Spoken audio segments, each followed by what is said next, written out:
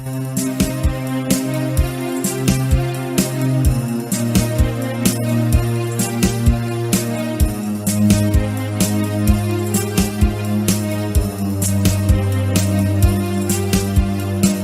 the high plains of the Midwest, I bid you good morning, good afternoon, or good evening, whatever your time zone might be. My nod to the late and great Art Bell. I'm Keith Sharp. And I'm G. Dressel. And we welcome you to Life After Life, a paranormal webcast where we talk about the paranormal, UFOs, or the unexplained. And the biggest question of them all, what happens when we die? Stay tuned. Stay tuned.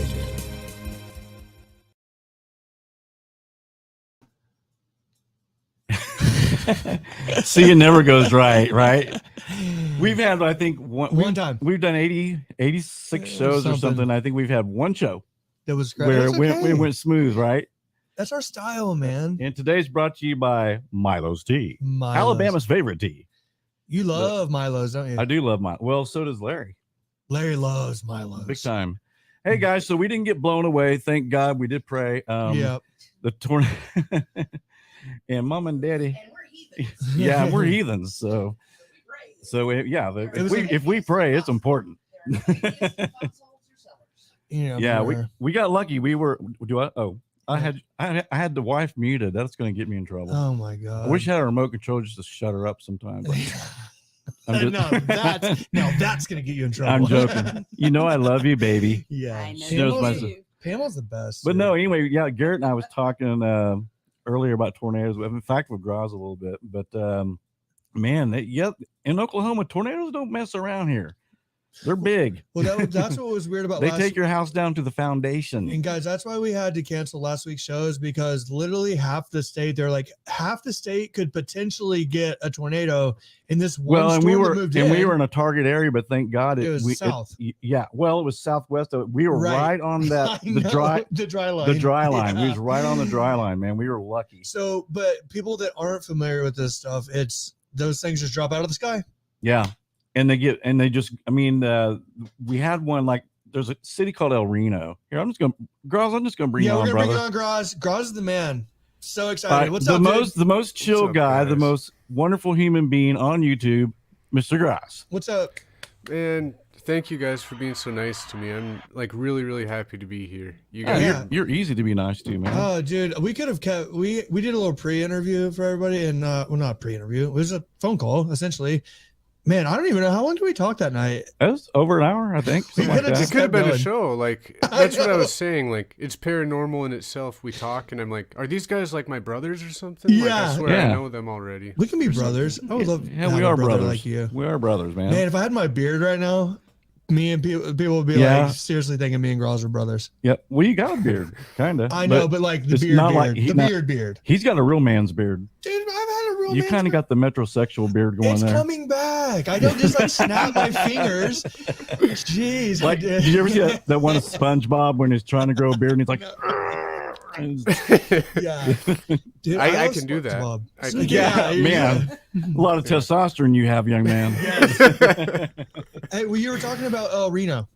Oh yeah. What I was gonna say is, there's a town I could get there in 7 minutes. Yeah, 7 minutes probably from our town. It was the record largest tornado ever in the world, and it was excess winds of over 325 miles an hour. It was 2 miles wide. 2 miles, ladies and gentlemen. Right. Now, see, the interstate's right by my house, and that's where that sucker was, except it was a little bit west. But we weren't here at the time, thank God. Right. And but that's the one that killed some storm chasers. It was awful. This thing kept, usually they go in a northeastern direction, and it kept doing weird. Right. Like, it was almost like it was a monster chasing these guys. Yeah. And they got caught right in the middle of it. And unfortunately, they passed away. And it was a dad and a son. Yeah. That were, oh man. Yeah, they were. I think they were for was it CNN Weather or I can't Weather remember. Channel or something? But it was bad, man. I used to do a little storm chasing with my friend Ezra. I couldn't do it. And then could you do storm chasing, Graz?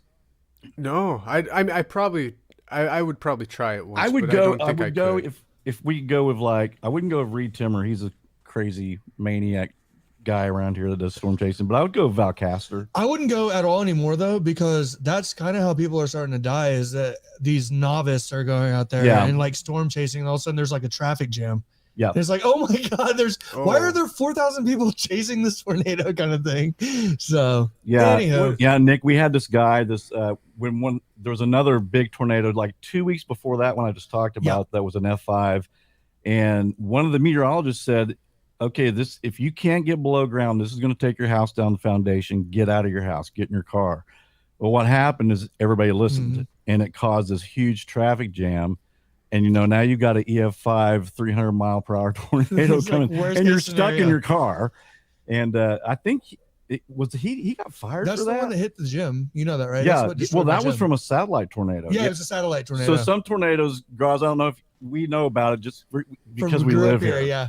But when a storm gets really big, like they can have a tornado in the middle, and the storm can be so strong that they'll have little stringly tornado fingers that are coming down on the side of it. That could be miles away. Wow. Yeah. Like the one that hit Mustang, that was probably at least 10 miles from the main storm. Right. Yeah. And it just dropped down. Boop. Yeah, it dropped down and split that. There's like 2 telephone poles that just split them in half. Yeah. And then just like, I hate that stuff. I hate this time of year. What's the storm like when it's like, if it's like 2 miles wide, does that mean, like, you would think only the outsides would be dangerous, but everything dangerous? Debris. Inside the 2 miles, you're a dead man. Is what it's saying. It's basically, it's a huge rotating. I mean, what they're saying is this whole storm is rotating for 2 miles. This tornado is rotating.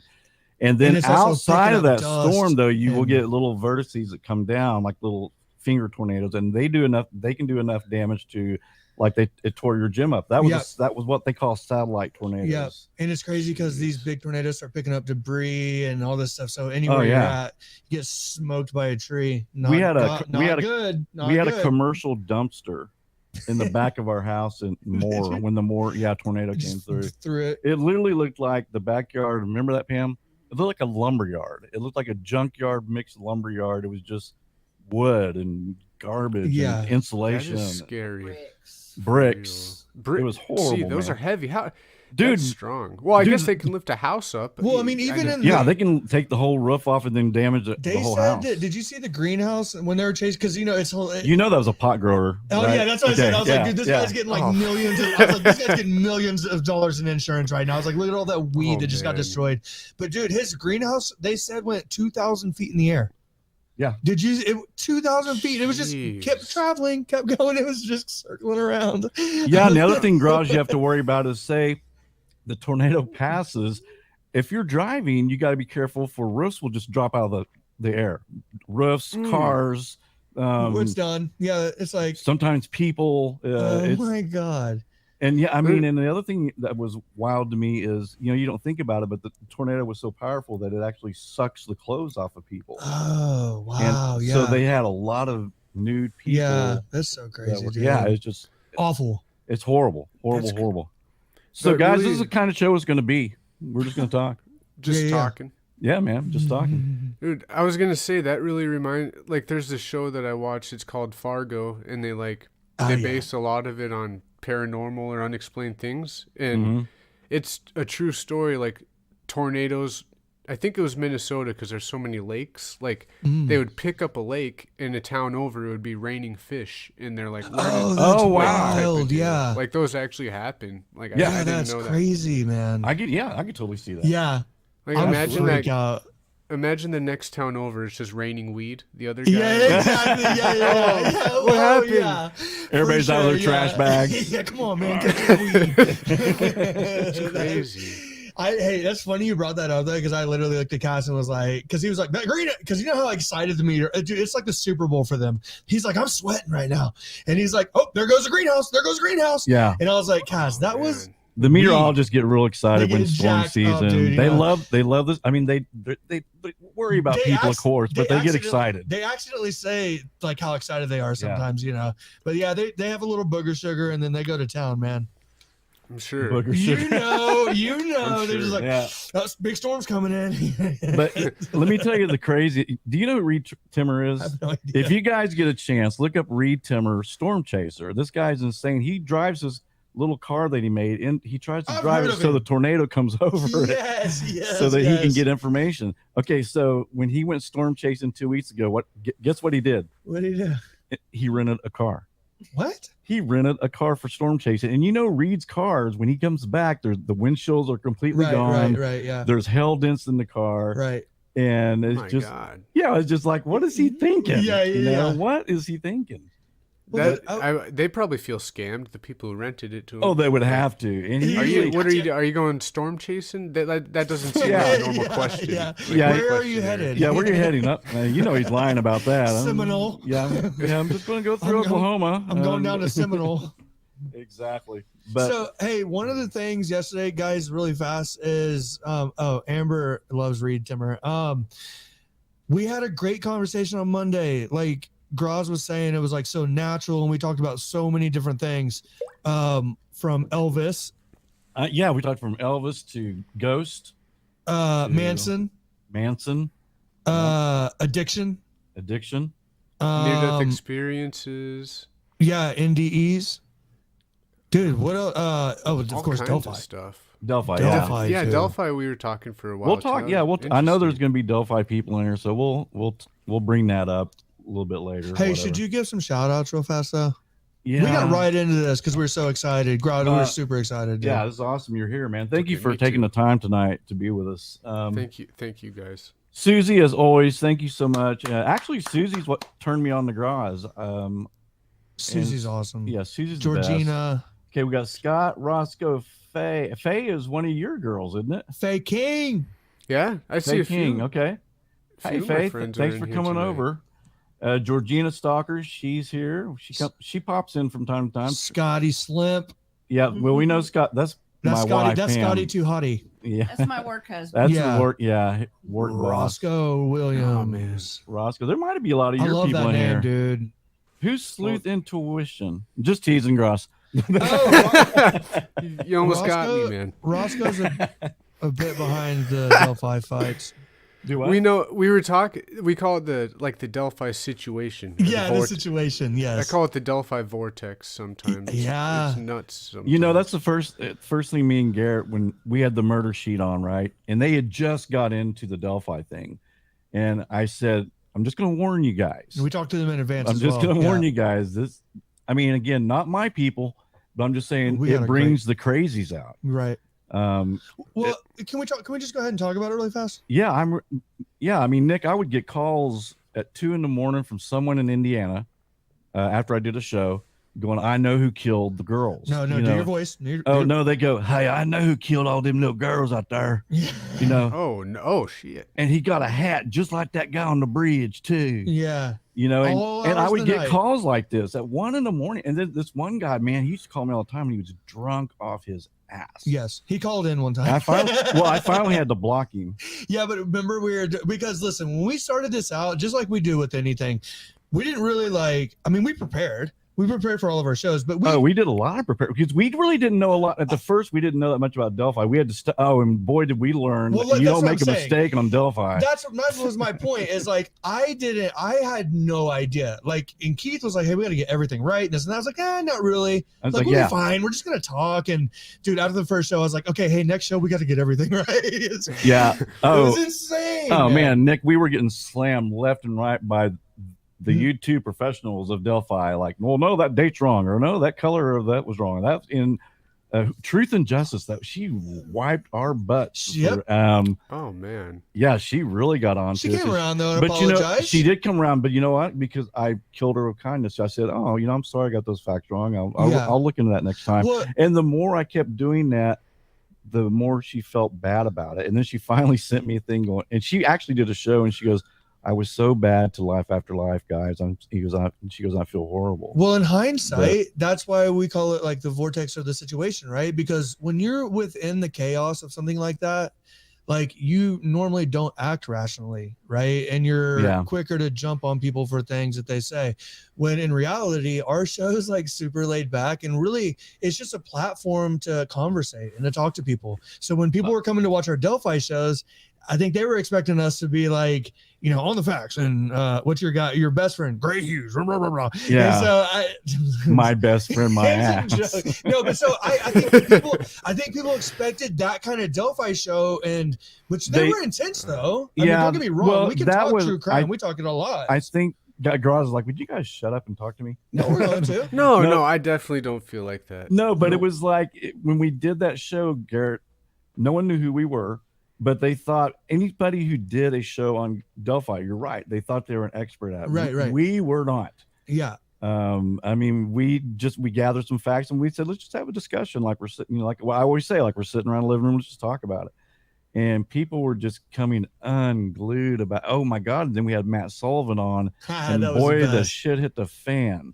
Because at that time, Matt, it was awesome. I honestly loved it. Matt was going through the whole corruption thing, and the Gabe, whoever his name was, Gabe Ellis was the killer. Completely.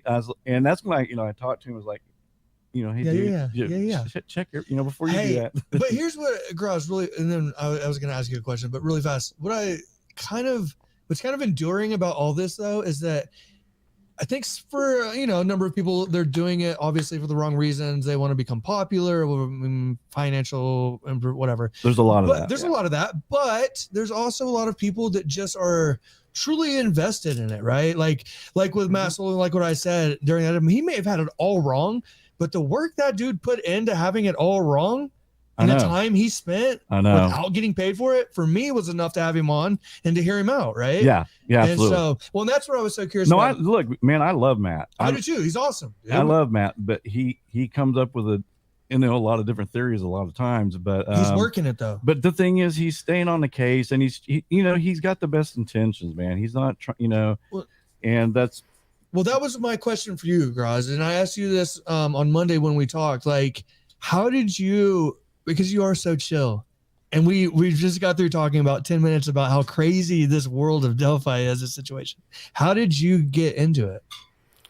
Well, like I was saying, I think I watched that chapter. This Irish true crime creator guy, he's really popular, and he did a really good presentation on the case. Because I didn't get into true crime until 2020. So when I started looking at all kinds of cases, but the Delphi one stuck with me because you got the video, the audio, it's unsolved. These two girls, Abby and Libby, and it was really crazy, and it seemed solved by the way that chapter left it. So I did my research, and I did find out how crazy it was, and I thought maybe I could put my 2 cents in, and I did, and you just see there's a huge community, which some are crazy and some are really nice people.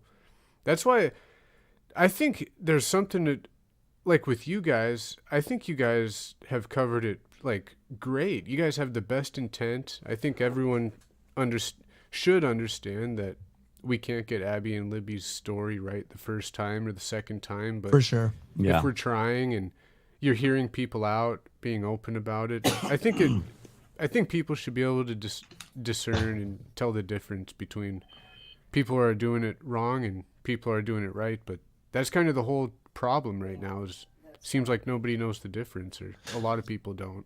Man, and I honestly, Matt said, remember when Matt talked to us, he said, you may not want to have me on the show. And we were like, no, we actually He's did. like, because he goes, it's probably going to bring haters. It's like, dude, I'm not in this for money. I have fun with it.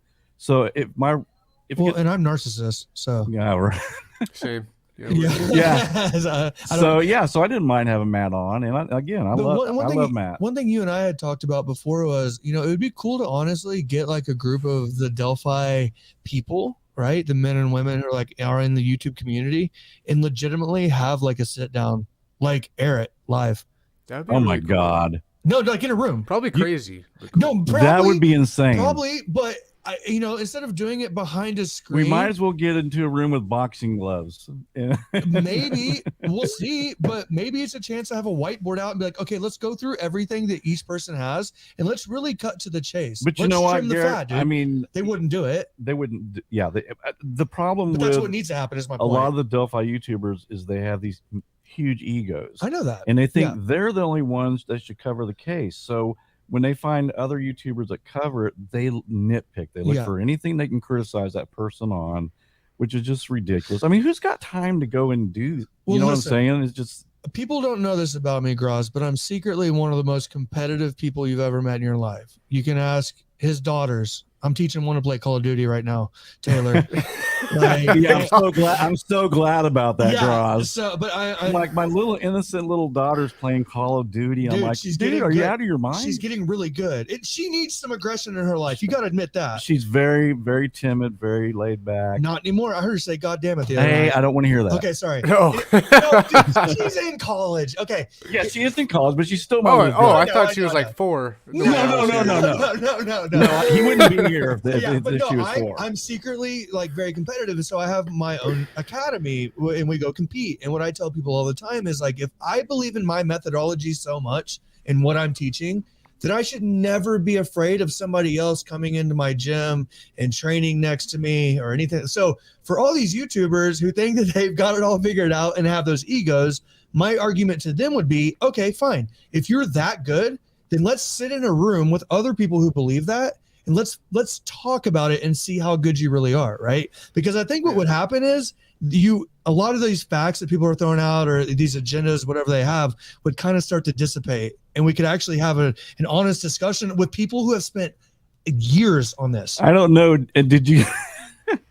And I'm not laughing at you. I'm just thinking about. I'm thinking about when Greeno, Matt, all these guys got together for let's join hands, and then within 2 days they were screaming at each other. Right? I'm talking like. Do you remember that, Nick? When they had when Greeno, Matt Sullivan, a bunch of them got together. They rented a B&B or something, and they went live from the.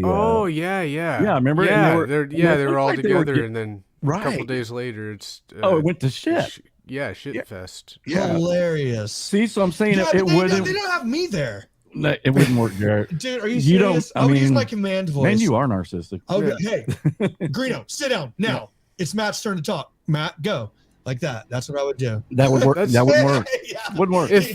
It's crazy because some of these people that have the most criticism, or you would think have like an ownership over the case, it took a lot, but after the initial fights, some of them will come to a talking basis and you could understand from each other's point of view. But something like that takes so much time and work because I don't know if it's the egos are so big or people feel like they know, or I don't know. But time really, I think there's a lot of good people, but there's so many people that are on a mission. They won't stop. Let me ask you something, Nick. Something that and I'll probably get blasted for saying this because so many people are mad at them. No, but I don't care.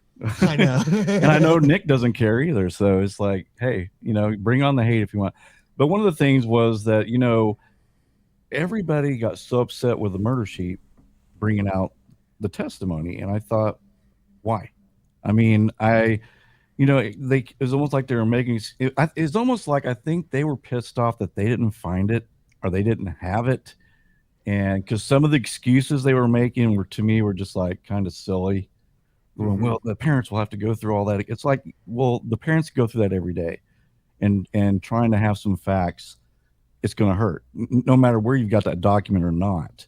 So I couldn't understand why so many YouTubers, and still you see the murder sheet just get hammered because I can't believe they released that. And I think it's because they didn't get to it first. Yeah. That's what I think. Yeah. That's probably a big part of it. Probably a huge part of it, actually, because a lot of people have negative stuff to say about that. And some of it I can see, like, for instance, what I heard was that, which this is, I think, is good and ethical of the murder sheet. They didn't just grab it and post it. What they did was they're legit, man. They're professionals. They redacted a lot, and they consulted the family first. They didn't, it's not like they said, is it okay if we do this? But they said, before we release this to everybody's eyes, I want you to see this because it feels like the right thing to do probably for them. Yeah. But another thing people don't realize that I can't go too much into because I don't know the 100% facts, but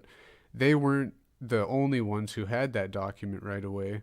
And the people other than them who had it, didn't really at the time didn't care if it was redacted or not. Yeah, didn't they release a copy or something that was unredacted? Whoever got to it too as well. Yeah, I there's think been there was like mass emails sent and all yeah, kinds of there was stuff. something. I think Kevin had said he thought he saw that 2 other people may have downloaded it besides them, or one other person or something. So I guess he could. I don't know how you could tell if someone downloaded it, but that's what he was. I heard him say that. Yeah, and like you said, they at least they went through, got the names out and the addresses and the poor victims. And so, also that was part of the biggest break in the case that we have. absolutely. Like, without that, like that's part of the reason I'm going so quote unquote gray hues on everyone, because I'm like so mad that we have all this great information that people sacrifice to get, and people are still going down these crazy paths. I don't get it. Yeah. And another thing I was going to say earlier was like about you guys in particular. It's really I don't know what you guys have been through because we haven't talked that long, but just the fact that you guys do paranormal stuff, like people, I could just see people having a preconceived idea in their head, having a stigma, like coming here and being like, oh, I bet these guys think Bridge Guy's a ghost or something. Like just saying something so rude or shallow for no reason. Like, so I look at you guys and I looked at your true crime and I'm like, wow, these guys are nothing like I bet some people would expect. Like, really, it's not like that. We actually are. Yeah, and it could hurt the channel a little bit, I guess. But like I said, I don't care. It's 2 of my favorite subjects to talk about. I mean, we literally I don't know if you watched the Zodiac one. Oh my gosh, dude. We did so much work in that to make sure the facts were right. I mean, I put together a really cool slideshow of the crime. We had I'm gonna watch that next. Yeah, it's really cool. I've mentioned this before, but I think we had like 68. I know that's really specific. We had 68 pages of notes, right, for both of us, and like we're like going on in like 1 minute, and Keith, I don't know if it was Keith or me, somebody walks in and just drops all of them. And we're like, oh my God, we didn't have them in order. We had 68 pages of notes printed out with no numbers on the pages. So like they got mixed up. We were so we were so prepared, man. We like did so much, and then all of our notes just went down the drain. Yeah, we killed it. We put it back together. It was fine, man. And I think it was a good show. Maybe we had not a lot the of. word I should have used. I said we killed it because we even got the main Zodiac guy came and watched it. Oh yeah, and and for some reason he put a nice comment up, but then for some reason he took it down. I don't know why. And we got Drew Beeson on. Yeah, we got Drew Beeson, who's an author of 3 or 4 books, and he. Fascinating case though, man. Like it's another one, right? What do you guys think about? Because I had a few cases I was going to ask you guys about because I see you did them. Like, what do you guys think about the Zodiac situation? Because I'm kind of involved or kind of aware. There was we had a guy on named Drew Beeson. He wrote a book about it, and his main suspect was are you familiar with Arthur Lee Allen? He was the main guy that they were really looking at, but his DNA didn't match. But however, his best friend was this very smart mathematician, mechanical engineer guy, was good with codes, things like that. And so he put together a lot of research that pointed to this guy a little bit. But it's still. Wait, who was licking the stamps? Yeah, it was his. It was him, right? Well, that's what he said, and I feel bad because I can't remember what the guy's name was. It wasn't Post. It wasn't Gary. No. It was Arthur Lee Allen's buddy. That he was even in the documentary about the big movie Zodiac in 2007. Yeah, with Jake Gyllenhaal. Oh, it's a great. Yeah, movie. Great movie. He the guy that they thought was the Zodiac or this gentleman is actually in that documentary as Arthur's friend, and they were getting. DNA from the stamps, and he made the comment. He goes, "Oh yeah, Lee used to when I'd be at his house, he'd ask me to lick stamps for him and put them on envelopes." And so people are thinking, okay, he's using that in case his DNA shows up. He can say, "Oh well, Lee." Yeah, it's super weird. Yeah. I would be like, "Hey, lick your own stamps, man." Yeah, I don't know anybody that would do that for you. So the other crazy thing about that, and like because And it goes back to like the Delphi we were saying on Monday night about how I feel like it was pre-planned, premeditated, and there was a kill spot. Like with the Zodiac, what was so crazy was he also would commit a crime just like in the middle of the day. Like taking an enormous he took risk. enormous risk. I mean, like one of his last murders was at Lake Berryessa, which is right outside of San Francisco, not Van Nuys, but Venetia area, kind of, I guess. And it was 4 o'clock in the afternoon. This couple went out there and they were just laying on a blanket out by the beach, reading books. Little area, just kind of reading books and chatting. Broad daylight, right? Yeah, this is broad daylight. Broad daylight, and right off the lake. And this guy puts on this hood with the Zodiac symbol, and he has a knife. The Zodiac symbol that he sewed on. Yeah, that he actually sewed on this. He took the time to say, "Okay, I'm going to sew on my kill suit." Okay, continue. And so he walks to the beach. He says, "I'm an escaped convict. All I want is your car. Please throw me your keys." And the guy threw the keys, and then he threw them rope. And he said, "I want you to tie her up, and then I'll tie you up. Not going to kill you. I'm not going to kill you. You're going to be fine. I just want your car keys and some money, and I'm out of here." From Montana, Joe. Yeah, from Montana. And so this again, that's around 5:45 at this time, I think, when this is going down. And then he takes out a bayonet and starts stabbing them right there on the lakeside. And now he doesn't have any clue that a boat's coming down. He doesn't know if there's anybody in the park area over to the left or right. He just blatantly murders these people, walks away, and doesn't even leave. He takes out a Sharpie and he writes all the dates of all the murders he did on the side of the guy's car. With the Zodiac sign. With a Zodiac symbol. I mean, he took enough time to stop and do that. Yeah. Is that the only case where he had the costume? I believe so. Yeah, that's the only case. Isn't that weird? That's crazy. Yeah. Because I'm thinking, if you're going to kill him, why do you put a costume on? I mean, and why didn't he do it at other crime scenes? Because they linked absolutely. it to him. But right. I was thinking, like, that's probably the first or second or third case where they like seek notoriety and leave messages and message police. Like, imagine before profiling, that probably was like, wow, we have to study this guy to learn about for sure cases or killers or whatever. Well, and that's the point we kept kind of coming back to, is like, although it seems so weird and risky, he also takes the time to like sew on the thing. He takes the time to write the dates, right? To validate that he's actually the Zodiac Killer that's responsible for all these other murders. And so it's just always been such a weird thing, man. It's just, and he does like notoriety, but at the end of the day, he's most likely dead, right?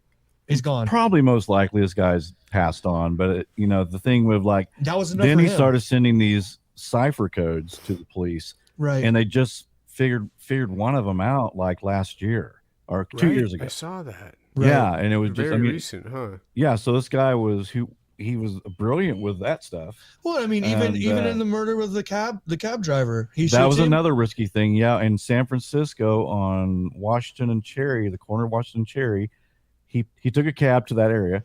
He shot this guy in the back of the head with a 9mm, got out, laid him down in the car, and cut off a piece of his shirt. A corner of his shirt, put it in his pocket, and he walked off.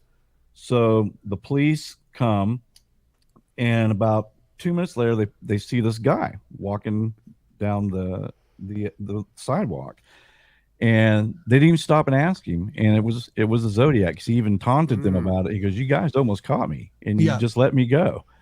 And there had been a report that it was an African American, because there were witnesses and how it got so. And they actually did stop and talk to him. Remember, they just called him over and asked if he had seen anybody. Yeah, so this was a black guy. Or what? I thought so. This was a black guy who they. No, it wasn't. But the report that went out, witnesses said that they saw it. No, the witnesses said it was a white guy with black clothing, and when it got to the dispatcher, they said a black male. Because of they just got it mixed up. So when the cops are coming to the scene, cops come over, they call the guy over, and they're talking to him for a little bit, and then they just leave. And he actually acts like he's going into a house, and he doesn't. The cops leave, and he sends a letter, and he cuts out little swatches of the bloodstained shirt that he cut off, and he sent it to the police, to prove this is me. Send him another validating point. Yeah, another validating point, and you guys talk to me. Yeah, and those two policemen got reamed. I know. But they were like, well, we were told as a black male. Yeah, it doesn't matter. You should have, questioned this guy, got his name. He was in the area, right. So wow. Zodiac is a super weird one though, man. And he's super lucky. Very. Very lucky. I mean, but here's the thing. You're far more likely to be lucky if you are well prepared. Does that make sense? Like, if the more prepared you are, well, yeah, I mean, of course. And so like that goes to all these murder, like the Black Dahlia, even like all these things that we've covered. They're always cases where, to me, it doesn't seem like just some Missy Bevers, right? Yeah, like that's a strange one. Whenever I was painting, I used to paint houses, and the guy, the first day of work, he told me, he said, you're going to spend way more time preparing than actually painting. If you prepare everything in advance, you're going to paint way better. And I took that advice and it worked, right? But it seems to be the case with all these cases that we follow as well. It seems like there was all this preparation and they get lucky. Missy Bevers, how lucky is that person? Yeah. Dude, they're walking and are you familiar with Missy Bevers? Yeah. CCTV.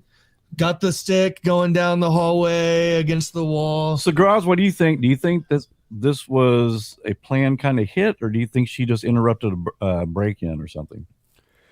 Oh, that's tough. That's a tough one. I don't think it was a break-in because they're, in some parts, it seems like they're aware that they're on camera. Like they don't really, like they knew the camera. Like that's just a gut feeling. It doesn't mean anything, but for sure. I don't know. I see them.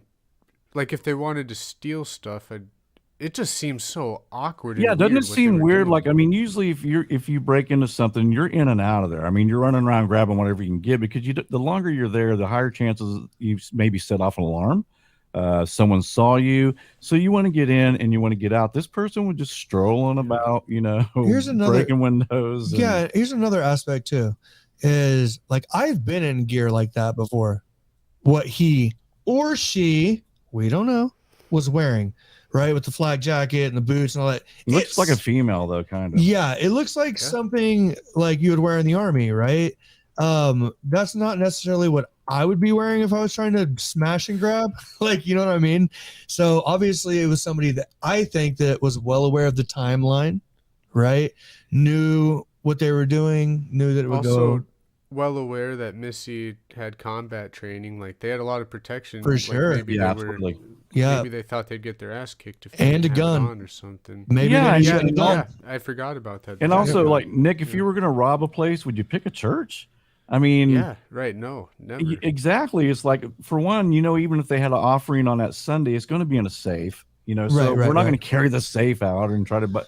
And there's not really anything in there except I'm sure there's some musical equipment, but still, even that trying to steal, dude. Right, it's going to be tough. It's not 1985. Yeah, it's not like like back in the 80s, like the Teenage Mutant Ninja Turtle movies where they're like stealing everything out of a house, like couches and shit. Like that doesn't happen anymore. We have you would CCTVs everywhere. Like people. You would pick a place. I mean, the church would be the last place I would pick. So it's like I still. Man, and I don't really want to say anything because actually, Nick, we did a show on Missy Bevers, and her husband was watching and commented on it and commented on our Really? show. Yeah, and I kind of was pointing fingers at him, and possibly being involved, and his dad. I've done one show on it too, and I was also especially talking about the father-in-law. So I know what you guys mean. The gate, it's like it almost looks like the same person, but I mean, and me and Garrett tried to figure out, like, okay, he said he was in California, he's got witnesses saying he's in California. Could he actually pull that off somehow and got back there, went back? We tried to think about everything because even his gait was the same, his posture was the same, where he had a pelvic tilt. And I noticed when I watched the father-in-law being interviewed, he has a pelvic tilt. And basically what that means is when people who stand, their pelvis kind of comes out and they're kind of like this, when they're standing. He looked a lot like that guy. Now, I'm not saying it's him. Well, here was my argument, though, because we kept saying, well, he's got the damn alibi. Everybody talks about the alibi, right? Alibi this, alibi that. Again, I'm going to go back to preparation. Is that if you go through as much preparation to wear a full SWAT uniform. You know what I mean? Like somebody had to like order that off Amazon, get the right size, put it on, walk around, get their weapon, find it, like go through a timeline, commit this murder. If you're willing to do all of that, then you're probably willing to spend the time to establish an alibi that is foolproof. Well, you'd have to. I mean, if You you're would have to. if Yes. you're especially if you're the father-in-law, I mean, of this. Does that mean sending your phone to Yes. California? Like, I mean, Right. does that mean having people there that like, okay, yeah, I'm gonna say you're here. Like, because I even think in even if cohorts. let's say he ordered it off Amazon, because they went that. I mean, the cops I'm sure went that route and checked every costume shop that was on Amazon, saying, "Hey, did anybody order a SWAT uniform or police uniform?" I mean, that's what I would have thought about. doing. But at the same, so I mean, there's so many things you have to be so careful about if you're going to do something like that. Right. I can take it one step further. With the preparation thing, which I also found this part interesting because everybody talks about it in Missy Bevers, is why in the hell? And the shirt with the animal blood on it. Why did he take it to the dry cleaners literally after his daughter-in-law has been murdered? I will tell you, I think that he did that so that somebody would turn him in and say, hey, this guy's daughter-in-law was just murdered. He turned in a shirt with blood on it. And him knowing it was animal blood, again, weird. I have 3 dogs, fight all the time, never had blood on me. Obviously, the cops are going to take that, do a DNA test, and then they're going to have egg on their face. Yeah. Because everybody in town's going to know that he turned in a shirt with blood on it. He knows, he's planned it out, right? Like, so that was my point, is like, I feel like the Missy Bevers case was so well planned out that all these weird coincidences were actually on purpose. The only thing is trying to figure out, how did he get to California and how did he get back? Because supposedly there's witnesses in California that said he was there. Yeah. I mean, you could do something like, say, you take his phone, right? And if you had 2 or 3 people in on it, track his phone, it shows he's in California, but actually, because I think, maybe the bridge guy did, like, for instance, Kagan and Tony said, well, we were at home. Well, if you left your phones at home and you went to go murder people, well, it shows your location is at home when actually your location is not at home. Right. I think that's very possible. But again, you'd have to, I think there's 3 or 4 people, I think, that actually said that he was in California. But yeah, it's crazy thinking about the alibis and thinking, well, was it just phone records or was it actual, people saw them there type of deal? It's really, and of course, the interviews where you see how he acts and the dog blood thing, it's all really, really super suspicious. Right. Yeah. Like when I did a show, it's funny because somebody came into my show too, and they actually came on and talked, and I don't know who it was. I think it was a friend of one of the ladies at the gym that Missy went to, because I was also touching on that, like, because I heard there was some problems between her and someone at the gym. But I don't know, man. It kind of, like, I feel bad if it's not them, and I really want to know, like, for sure, who would do that anyway? Like, yeah, like, because, and it's weird. There was an affair, there was a fight, big problems there. It's really hard. The motives are there. I mean, we know that the motives are there, but like you said, I mean, because Nick, I did feel guilt when Missy Bevers' husband came on and actually put a comment, and I was like, oh man, because you never think about the victim's family watching or someone that close. That had to happen to me 3 or 4 times, and then I seriously started like just rethinking it. A little bit of what I do, because if I do true crime every single day and I've only been interested for 2 years, I know I'm going to make a lot of mistakes, and it really hurts when you do get a note from a family member and they're like, well, and a lot of the times they're like, I think you can, this sounds pretentious, but I think you can tell the difference between someone guilty and not guilty by how they respond, because some people are going to say, no, I get it, that's first place they look, it's, and then they they try to help you out or whatever, and some of them will just tell you, F you, get proof or something like that. Right. For so sure. Different. I don't know. Yeah, definitely. What did he say, if you don't mind me asking? I'll have to go back. It wasn't too bad, honestly. It wasn't horrible. I mean, he was very sincere with what he wrote. he didn't say anything horrible to me or Garrett about what our results were. Or what I thought. think too, though. See, me and Keith, honestly, when we went into true crime, because it was Delphi, we were super, super careful. Like, we were beyond careful. We were stressed out at every show. And even in the Missy Bevers case, there was a reason. We had talked about it in advance, because we would talk about, we didn't want to put anybody on, because we had to do that a lot in Delphi and even in Evansdale. We had to like call people out. And so we would always talk before the show and be like, okay, is this person on that level? And you're like, okay, well, they have a record. They're a fucking asshole. Yeah, good. I mean, we can talk about it. Right? And I always tried to say allegedly, or say not. I would always say, look, before we start talking about this, these people. This is just information we know. This information they're not guilty. We're not saying they're guilty. Yeah. I mean, in a way, it's kind of a touchy because you kind of are. Yeah, but we, even with the Missy Bevers case, we were still very respectful. We were just pointing out what the consistencies, what we know, the information we know. That's it. And that's all we can do. And there's nothing illegal or wrong, I think, about it. Yeah. Because at the end of the day, that's still an unsolved case. And we had a ton of people in there watching and discussing it. So the way we went about it, I think, was proper. But yeah, I did feel like weird about when he responded, but I didn't feel bad. Like, because we would have felt bad. I'm not a narcissist, really. I feel bad that I can't even think of what he said. I know. I don't think it was anything. Really, I don't remember it being rude or anything like that. Facts, man. Yeah. It's just what it is. I mean, this is what we do, though, right, Nick? Yeah. Like it is. And that's the thing, too, that I had with my problem with Gray at first was he's like, well, you got everybody speculating. And there's that impression I was talking about. Everybody's speculating. And then, it's get the facts, people. I mean, the thing is, like, all we have on Delphi is speculation. Just about every crime, all you have is speculation and unsolved crime. Hearsay. So it's exactly. So what do we talk about then? If we have, if we're not have the freedom of speech to say, hey, this is a theory, it may not be right, but if you don't, you have nothing to talk about. So the whole case is speculation. I mean, even saying the Kleins did it, we're speculating. We don't have pure proof. Roscoe Williams. Do you know him, Graz? Yeah, I've seen him around before. Yeah. He doesn't think that Klein is the hey, I was gonna speak to that really fast. I saw that, Roscoe. Okay, who's so Phil? F-I-L.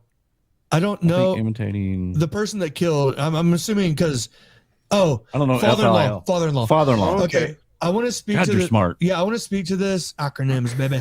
I want to speak to this, Roscoe. I saw that in the chat. Sorry I didn't get to it. We were kind of like in the zone on something. Is that would add to me another layer. Now you're saying, okay, we're going, and again, man, it kind of goes to my theory. Like, if we're going to put animal blood on a shirt and we're going to send his phone to California and have 3 to 4 people in on this, right? Why wouldn't you hire or that in that scenario, if you found somebody that looked like the father-in-law and was willing to act that out and murder somebody, which seems like lightning striking you, but it's possible, right? Then that is a possibility. It was somebody that was trying to imitate the father-in-law. But I think finding that person would be hard. Like, I need you to be this height, this weight, and willing to be hired to murder somebody. Makes you that puts you in the family or a very close friend, right? Right. So I mean, and cool, Roscoe. I mean, yeah. I mean, see, this is what I'm talking about. Like, Greg, go, you stupid idiot! You're obviously not watching the following the case very closely. Or something. No, I get you. Yeah. Really, I'm like the number one guy to understand where you're coming from with Gray, because when I was talking earlier about how much work it takes to like be able to mend or whatever, like it was like a 2 or 3 month all out war with me and Gray. And at the end, like finally, somehow, I think it was a miracle. We came to this kind of agreement, and I think I made a lot of positive changes, and I think he did too. But I mean, there's a difference between speculating responsibly and then going on crazy ongoing cases, accusations and stuff. For sure. And also the one thing that I noticed about you guys too is you didn't ignore the Anthony Schatz information, because that's the first thing in years that seems promising from law enforcement. Like, a lot of people don't even a lot of people will just say they don't believe it, and they won't explain why. They won't. Wow. I mean, what? They're stuck on their own person of interest. No. We've been talking about them being catfish for a year and a half. Yeah, you guys. Well, here's the thing that I will admit something with Delphi though, really fast. Okay, I'm really big on catfish. I told you that, Nick. I love that show. I love them fried. I love fried catfish when you get them noodling. Okay, now let me stop you right there, Nick. Let me tell you that. Okay, we've had our people know. We joke, we laugh, we have a good time. We banter. But like if we would have did that little joke during Delphi, I would have got 100 people going, this is not a laughing matter. I didn't even think about that. I'm sorry, guys. No, but I tell them. I know. Look, we have children, man. I have a 12-year-old We could only do a few shows on this case because it broke my heart. I have 3 daughters, yes. Oh, remember, and I was like, Cass is going to kill me every time I say how many kids I have on the show. Don't worry about it. So, but anyways. But we have to laugh. We do. But here's what I got wrong. And because me and Keith, if you go back and watch the shows, we don't always agree on everything. We talk about it. And we do it in a friendly, fun way. But he was thinking early on that it had to be 2 people. And I was against that. I was like, there's no way they could keep a secret like that. No way. No way in my mind did I ever think it could be 2 people that committed Delphi. I always thought they were catfished by one person that brought them to a kill spot that was well prepared, got in and got out, got the job done. Now then, this time later, all this hate we got and battles, it's like forging fire. Yeah. There actually is a scenario right now where it could be 2 people involved. And who would have ever thought of a father and son? That's the only way that they could have. That's what I'm saying. That's got me. Right. For me, that's the only way that it could have been 2 people without somebody cracking. If it was Kevin Klein's friend, there was the bridge guy. Oh, dude, we would have found out about that like day one. He would have turned on his friend in a second. Right? Yeah. So there you go. I just wanted to say hey, man, he did in a way because he kept saying, "Oh, friend 1." Yeah, friend 1. They kept going. Well, he had no problem with that one. Huh? Absolutely, absolutely. But hey, look at this, real fast. I left this on the ground. What is that? What's it say? Okay, blame. This is from this is from that episode. Kagan Klein, he blames friend 1. He blames friend 1's girlfriend. He blames drugs. He blames 14 is not 4, but he never blames anything else. He never mentions his dad. Like he's always pushing him away. Right. So that's interesting to me. That was kind of like a telltale sign. I was just going through every time he said something. I was like, okay, he's blaming. Okay. Redirecting. So Nick, do you think, we kind of talked about it a little bit off air, but not with the viewers, but is it possible that you think Kagan could have been there at the crime scene? And we're just speculating if his dad was the murderer, that Kagan and the dad was there. Or do you think it was just his dad? It's possible. I think it's possible for sure. And the only thing that makes me think that is because the voice that says down the hill sounds a lot like Kagan. Right. And that's where I kind of think, well, maybe he was there, Especially remember that we were talking about it, that the family member Bart, he got like so anxious and he was like, oh, like you can tell the pain in his voice when he said that sounds like Kagan. Like, oh, if he thinks it, then and you could tell that he really didn't want to say that, but he's like, because he kind of went, it sounds like Kagan. And then there was someone else that said that. Now, of course, the female, she said that she didn't think it sounded like Kagan, but there was 2 other people, Bart and someone else, that said, it sounds like Kagan. Who was the other person? Well, I know that Gwen is the one who said it didn't sound like him. I don't know who the right. Who's Gwen? Did. Gwen is the stepsister, the sister of Bart. Okay, got it. So was she the one that was saying that Kagan was treated like a little angel compared to the other 2 or something like that? Yeah, and it's so weird. Even compared to Bart, who had his eye socket broken, he was treated better than the girl and the mom. Like apparently Tony picked on the girl and the mom far more than Bart, and super far more than Kagan. Like it's crazy. Yeah. See, and that's why that's why I actually because again, I come to these shows, we do our show. Keith does a lot of research. I try to do as much as I can, but I had asked Keith, like before we started, I was like, hey, with the dad. Has he done anything bad? And Keith was like, you're going to need to sit down for a second. Let me tell you about this guy. And so he just went on. I did not know like any of that. It's wild. But that shows you like that's within him to act like that. Well, don't you think that's a boundary? And Nick and Garrett, don't you think it's weird that he was questioned? He was actually, a scenario was brought before Kagan during questioning. He goes, hey, what do you think of a guy? He said, I had this case and this guy beat the crap out of the mom, beat the kid, stuck his head in the toilet, broke his eye socket. And he goes, man, what do you think should happen to that guy? And Kagan was like, oh, they should hang him, Yeah. And so Kagan like didn't even register that they were talking about Tony. Mm-hmm. You think at some point Kagan had to hear about that story, right? And they never did. Go ahead. Sorry, when we were talking before, remember me and you were agreeing on some parts of that interview.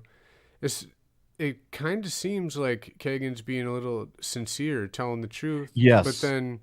But then you also pointed out we can't really see his tones or his inflections, his voice. Like we can just read. So, because there's a lot in that transcript where they're interrupting each other and there's stutters. Like it's scripted. And you're like, oh, gee, I wonder how that was said or how his face looked when he did that. Exactly. Yeah, and some of the answering, it does make me think that, I'm going back and forth. That possibly, that he didn't know his dad actually was using his phone to get these kids in. Too. Because when they started talking, the really gross stuff got when they were using the Anna Marie account? I can't remember what it's called.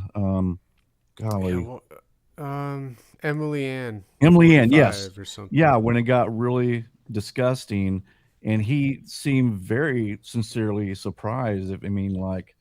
No, fuck no, I would never, I would never do that. Yeah, and you're talking about a 4-year-old. It's not 14. And Nick, it's 4. And Nick brought up too that they talked about the inflection. That the stating of each thing was like 2 different people were talking, with the Anthony Shots count didn't sound like the Emily Ann account, the people who was talking through that. Man, and I've seen that. I watch a show. I always talk about I'll grab a drink. Good. This is perfect. I can go on a rant about all the shows I like to watch on the ID channel.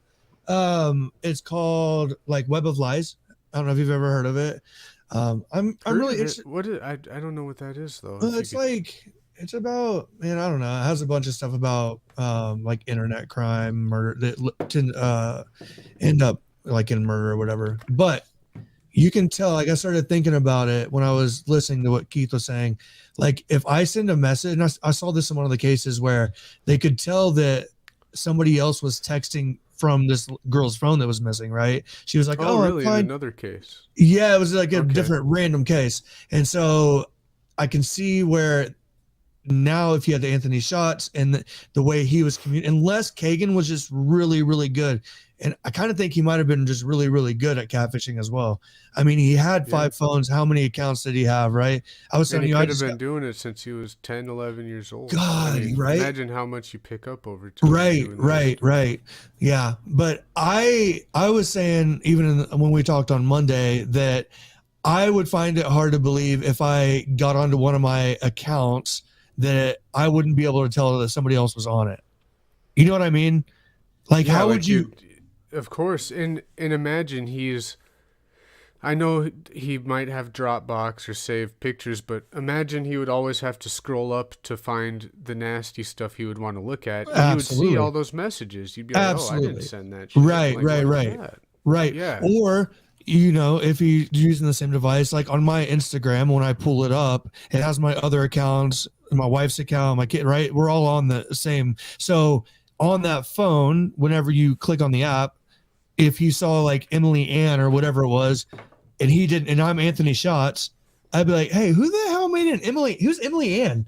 Why is Emily Ann? Right? If I only have the Anthony Shots account, because they're using them on the same device. Like they're finding multiple. Be talking about they're in cahoots because they'd have. That's what I was saying. Yeah, because they'd have to. Would, like he would be asking questions. He'd be like, "Hey, Dad, did you make an Emily Ann account?" Dad's like, "Yeah, I made an Emily Ann account." It's like, "Oh yeah, cool. You can use it." That's fucking weird. Well, I mean, the whole dynamic of that relation. I mean, who takes their kid to a brothel? Not this guy. Yeah. That's fucking weird. But See, yeah, like, honestly, my grandpa took my dad to one, but that's. Wait a minute. Did you? Hey, wait, what'd you say? Did you hear what Nick said? What? Go ahead, Nick. Say that again. My grandpa took my dad to one, but at a different time, I guess. That's back in the day. I think, right? Yeah, for sure, dude. Way back. My son a man. This wasn't like 2018. Yeah, that's different. Or That's highly illegal these days. Yeah. Well, yeah. I mean, more than frowned upon. Yes. His alibi again, super shaky.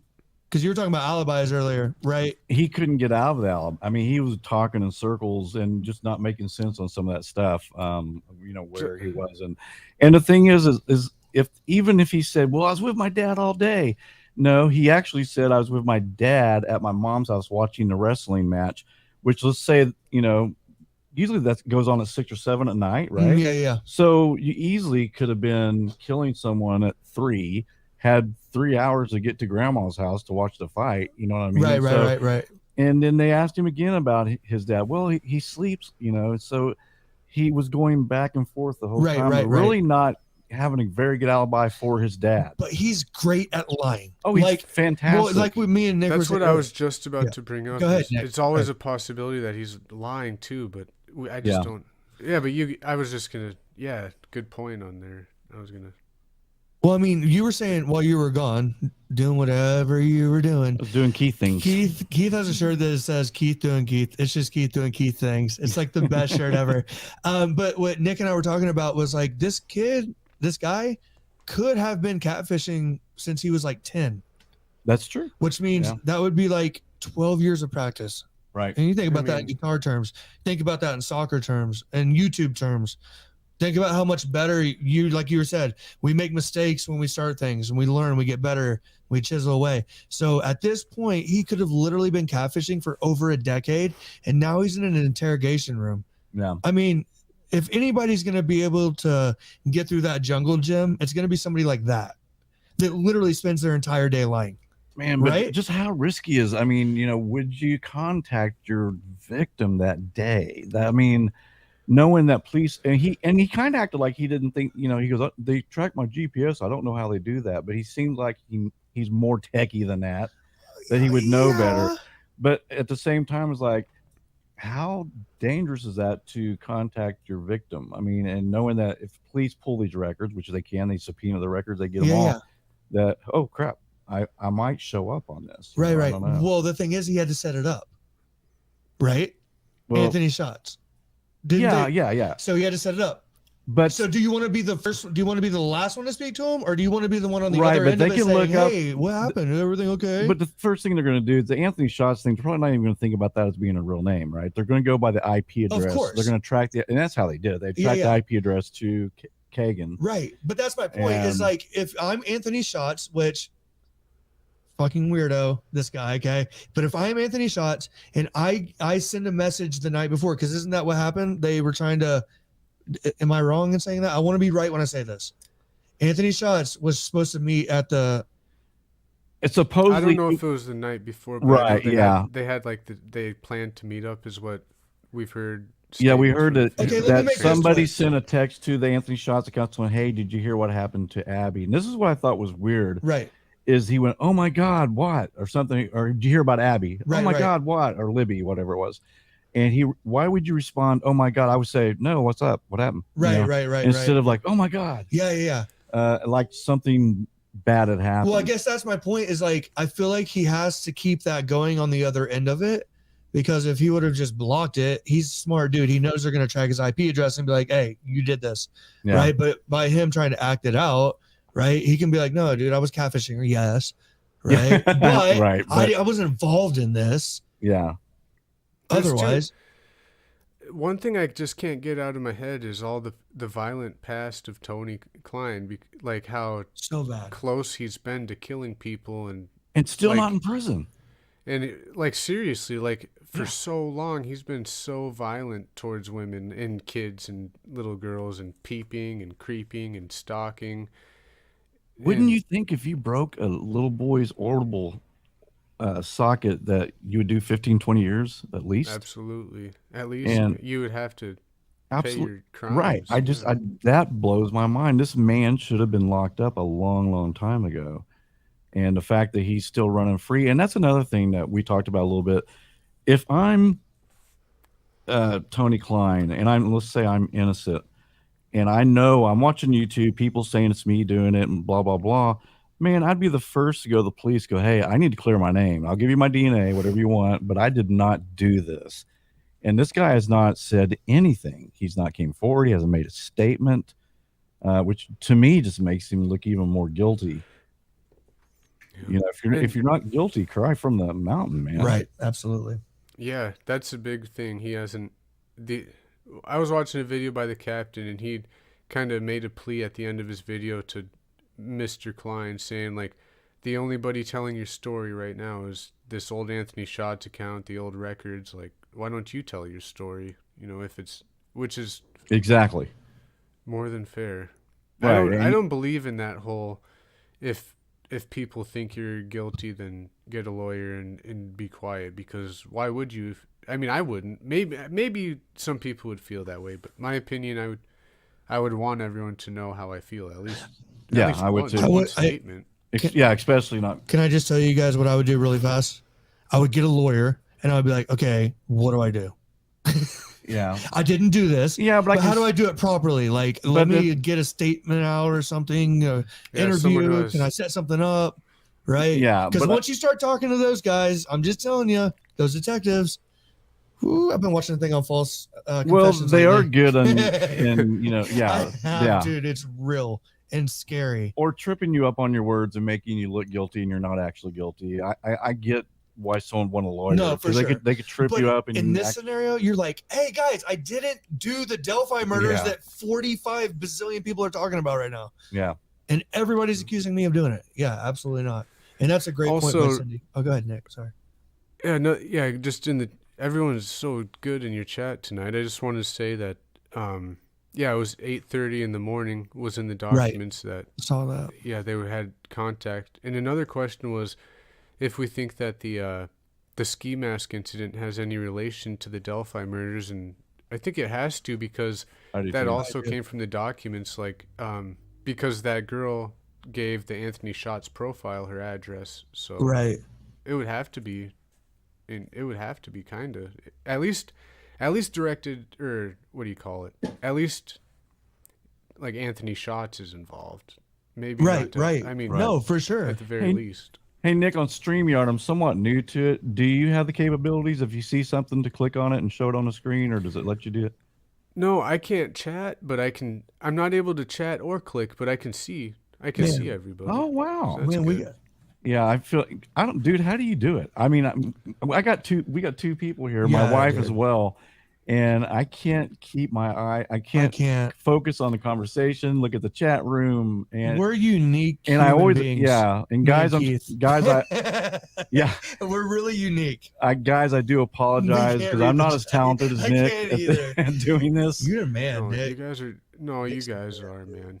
Really. But if you see something, Nick, that you want us to address, just let me know and I'll click it on there. Hey, I do just want to point to Cindy's point really fast about the grooming of Kagan Klein. Yep. Is that Nick said something earlier that kind of struck me about the way that he was treated in comparison to, are they half siblings or step siblings? Yeah, they're half. Half, yeah, right. Kagan's actually his mom. blood son. So that could be a reason that he treats Kagan better than maybe. Well, but even the fact that he treated Bart even a little better than the mom and the daughter, right? That's something that gets me. Like, why would you do that? Leveraging his connection with Kagan, and that's a strong bond to Kagan, is all I wanted to point out. Like, if he has seen his dad do those kind of monstrous things to not just anyone, like people he's related to, but not to him, right? Then that's like, I'm just saying that is grooming in a way. That's kind of crazy. Okay, I found it. What were you looking for? Yeah, the whole time it took me like 20 minutes to find it. Oh, no, that was what he was talking about. Yeah, I don't know if that's who I think it is. Well, I was gonna ask Nick a question. Isn't the Emily Ann account or whatever it's called, isn't that in relation to somebody else's name that is kind of close to. Am I wrong in that? You're not wrong, man.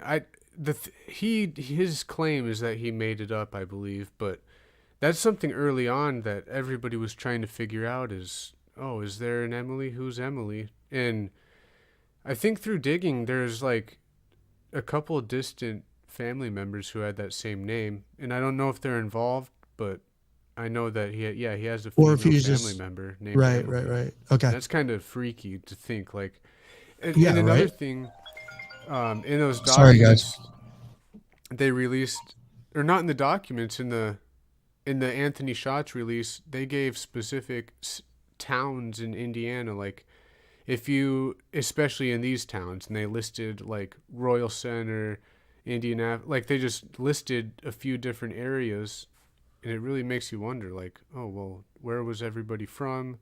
right? Why did they list those areas? Do they know? They know for sure that he was talking to other girls, probably, but they needed them to come forward to help, I think. Yeah, man, there's really no telling either, because of all the devices and I wonder how many accounts this dude was running a day, and they sell them because I've been hacked. By the way, what happens is these guys like that spend all day, because I was like, how in the world does he have money and like live? Did he just live with his dad or what? Kagan. Yeah, well, it sounds like the way he makes it sound like he lived with his dad a little bit, his girlfriend. You don't know exactly where the guy's at, man. Yeah, he's a couch hopper, seems like. Exactly, and yeah, so hey, I sent you a private chat there, bud. If you see it. Oh yeah. Okay. Is it a secret? It's a secret. Ask him. Okay. I put. Don't you think Garrett's ugly? And but yeah, the Delphi thing, like I said, man, the Delphi situation. That's what it is. It's kind of like a tornado. It really is. But do you guys think it's gonna be eventually? I mean, we're just waiting for Kagan to flip on Dad, right? And is Kagan willing to do all these years for its dad, who he says, put a gun to his head, who was a horrible person, knows all the bad things he did? Why, and that was weird too, because they asked him at first, how's your relationship with your dad? Oh, my dad's great. I love my dad, and we're really close. He comes and sees me. And then later in the interview, he talks about his dad's horrible. He's a horrible person. Could he have done this? Yeah, maybe. Yeah. So that's one thing that I think there's so many possibilities with the Klein situation, but for me, the more I look into it, I can't see either of them acting alone, because they both alibied each other up. I mean, Tony's passed. There's so much things that I can't see either of them acting alone, because they seem to complement each other the whole time. They do. We were talking about how Kagan was so quick to throw everybody under the bus except for his dad, but you fast forward like a year or so, just this December, when he got interviewed by an HLN correspondent or host, and his tone changed. Like, he started talking more crap about his dad, and it makes you think a little bit, kind of. Yeah, wasn't that weird? Because it's a drastic change compared to the interrogation, and then when that interview for HLN happened, it was like he was throwing his dad under the bus a little bit, kind of admitting, yeah, well, maybe Dad could have done this. So, but Nick, do you think let's say he knows his dad did it? I mean, my God, would you go to prison for your dad murdering 2 little children? And I mean, oh man, normal that's a mystery, huh? And that's the thing is, normal people, of course, wouldn't even think about that, right? These aren't normal people, though, but they're not, and that's the thing I'm saying. They're not normal people, Yeah. and maybe he's scared of his dad. Even though his dad would be put in prison, he's still cult leaders, have gotten people to like Heaven's Gate, wear Nikes and have a mass suicide. I mean, maybe that's who his dad is to him. You love him and you hate him too. Like, you see that in cults all the time, man. We're gonna do a cult show soon, by the way. I got a guest for us. Oh, cool. Are you interested in cults? That'd be cool. I'm very interested in cults. Yeah, it's super interesting. Like, but that bond between, you saw it like with David Koresh and Waco. You know, the willingness of the disciples to do things for this person, right? And Charles Manson. Well, and that goes back to the grooming theory of Kagan Klein, and it's difficult. I mean, we speculate with what we have, and we try to sort it out. I just wanted to touch on the DNA real fast because I know a lot of people in the Delphi thing don't talk about Wait, what are you doing? No, I gotta see Nick. They can't see this, but you go ahead. I'm looking up some research. I gotta see Nick. Okay, let me move it over for you. I'm sorry. I'm talking to Nick. There you go. There's Nick. Thank you. The DNA thing that we talked about yesterday. Keith, you always say, you know, the DNA must not be very good. I guess they took DNA from someone's dog. Well, it could be a dog DNA. Hang on. Let me make my case. Okay, so they, you know, this and that. I think another reason with the DNA, I think, is because now that we know that we can test DNA from the 80s and 90s and get convictions, I mean, the technology just continues to improve and evolve and get better, right? So I'm thinking that might play into it down the line, no matter what. Like, even if he stays. I'm sorry, I wasn't even listening. I was reading what I'm saying. Oh, okay. Well, no, all I'm saying is I think that one reason why they are taking DNA from people, and they do have some sort of DNA, right? The reason why that's important is because the evolution in DNA technology, I think, will at some point definitively prove a lot of cases, and perhaps this one. Right. And a case in point, there's a big murder here, Nick, that happened in the Girl Scout murders. Back in 1977. Man. And this guy snuck into a Girl Scout camp, killed 4 girls. There's some weird murders. And they arrested this guy named Gene Leroy Hart, and they were pretty sure he was the guy. He went to court, and this went on for a long time. He got acquitted, right? Well, he dies of a fatal heart attack 6 months later. They finally got the DNA, and they said 100% it was the Gene Leroy Hart. So keep the DNA, absolutely. Right. Plus, it shows that, you know. Oh, so they did find that? Okay. Yeah. They announced it 2 or 3 days ago that Thank God. That's what that was? Yes. Oh my God. So the guy that they probably would have put to death. That is wild.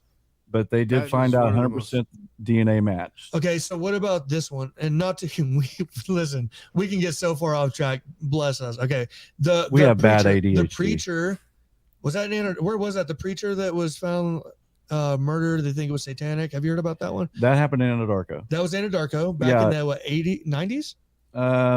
Maybe so let me tell Nick a little bit. Well, and me too, because I. Well, yeah, what happened is they found a preacher that was nailed to a cross, dead, in the middle of the church. And this is a small town in Oklahoma. It's been unsolved. So, do you know something I don't? No, I was just curious like that. Yeah, that was just another. They never found who nailed that guy to the cross. The preacher. Yeah. It was a guy? I thought it was a female. Was it a guy? I thought it was a guy. It could be a female. I just remember them saying, and I'm not saying sexist of me, but no. Maybe it was, but I just remember them saying the preacher was nailed to the cross inside the church. Okay, well, and the reason why I bring these things up is because when you commit a crime like this, violent like that, it seems like there would be some sort of DNA somewhere, man. Like even in the Delphi crime scene. Oh, well, right? I mean, sure. Has to be. I mean, we'll think about it. I mean, they started collecting DNA in the late 60s through the 70s. Right. And it's almost kind of weird. Like, we know there's going to be technology down the road, maybe, that can help solve this case. And so absolutely, they kept all the rape kits, everything. Right. And now, especially with the Golden State Killer, they did a genetic thing. The reverse family tree. She's a genius. And that's what they've been doing that with a bunch of unsolved cases. Crazy. And I think they've found 400 people. The lady on Dateline, I forget what her name. She has a company that does it. CC. Yeah, she is. CC Moore, I think. Yeah, she's like so legit. Yeah, and Paul Holes was big into the DNA thing. And he kind of got that going with. He didn't give up on the GSK. The Golden State Killer, right? Yeah. Okay. Yeah, I'm recognizing those names. They did a lot of good work. Yeah, it was awesome work. Pioneers too. Like, it's so weird how new the genetic genealogy thing is. Yeah, because DNA is kind of old now, but there's still they're still evolving. Right. Like yeah, there's still good samples. Well, here's what's crazy about humanity. Let me go off for a second, okay? Here's the crazy thing about humanity. Okay. We're just a blip in humanity, right? Yeah. So like like DNA, really, this technology is at its infancy. Yeah, it really is. It's like when we used to send a fax. Like in the long line of time, right? Like in 40 years, there's no telling. That's why we talk about like AI. We did an episode on AI. Nick Graz, I'm telling you what, dude, me and Keith were freaked out for like a month about AI. We did the episode on AI. It was weird. It was super weird. But just to that point though, right? It's like there's no telling what's down the road. So I'm glad that they're keeping everything. And hopefully that's at the end of the day. We were talking recently about this. When the Delphi case gets solved, it's going to be really interesting to see what happens with the YouTube community. That really, you know what I'm saying? Like, what's going to happen? There's going to be some YouTube channels that are going to shut down because that's all they talk about. You know, they have no other. Yeah, that's all they have nothing else to. That's part of my thing too. I'm like, come on, there's other cases that. That need exposure. Well, and that's what we want. That's what we want. We want it to be solved, right? I'm ready to be done talking about Delphi. That's why I was happy that we did the Zodiac, and I was happy we did Missy Bevers, and there's a bunch of. I mean, you guys did a lot. Yeah, I was looking at your guys' show. You guys have covered a lot of cases. Black Dahlia. Yeah, thank you. A lot of them are interesting too. County 5. DB Cooper, Manson. Yeah. I gotta get that. I'm supposed to get a tattoo tomorrow. What's the Lindbergh baby? If What's you that? don't mind, the Lindbergh baby.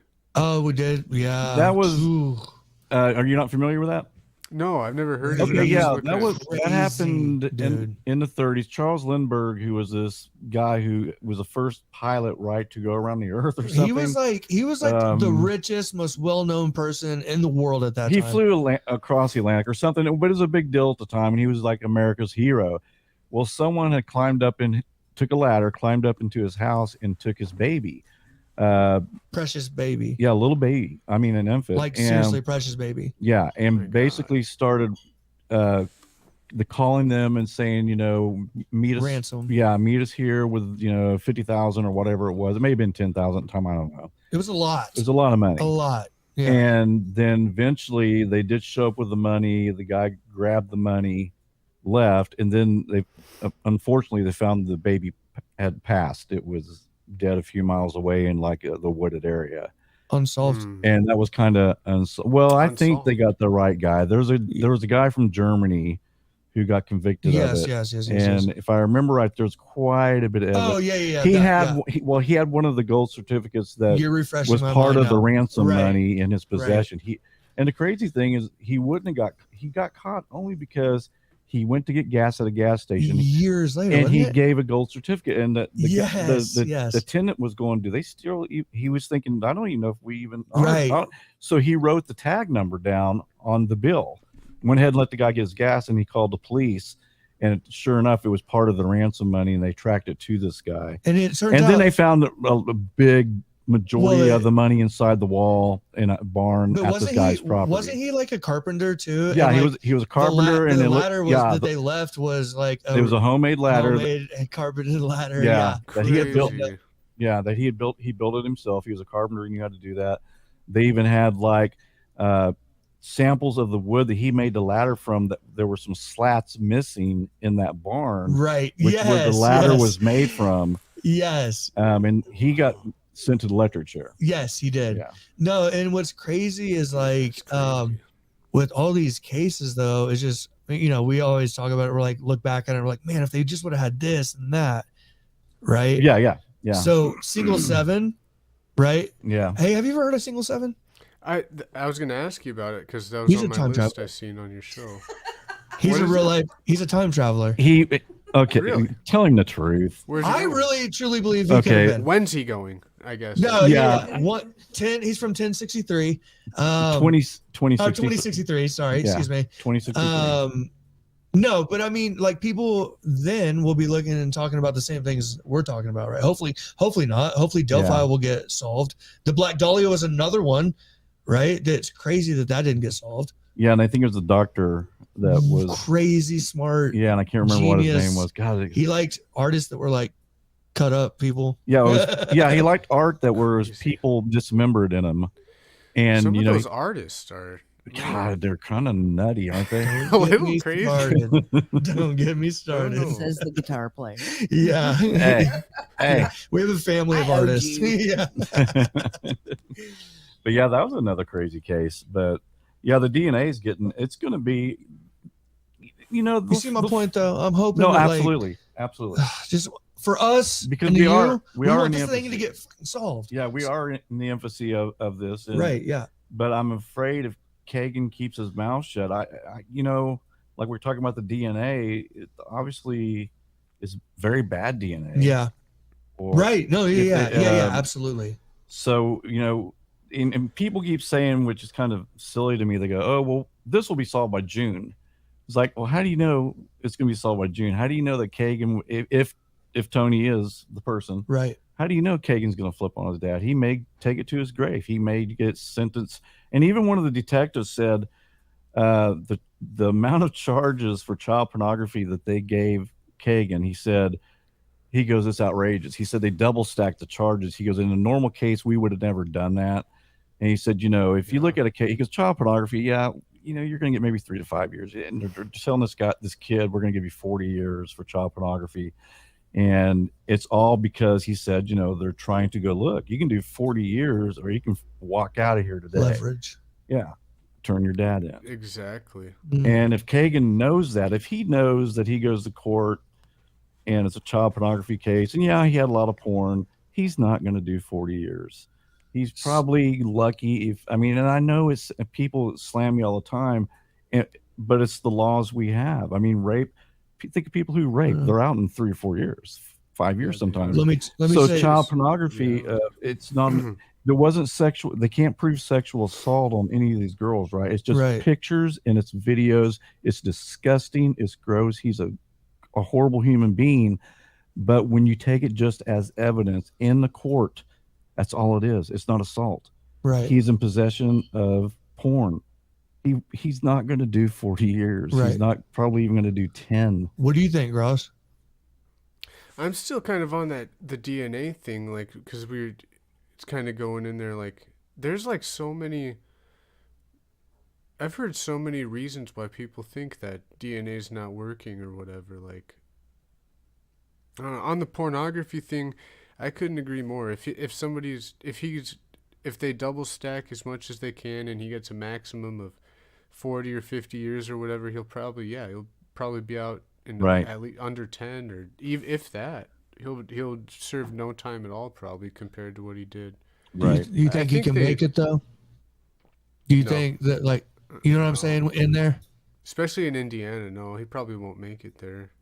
Yeah. I don't think he would make it in prison. No. He'd probably be out. I don't.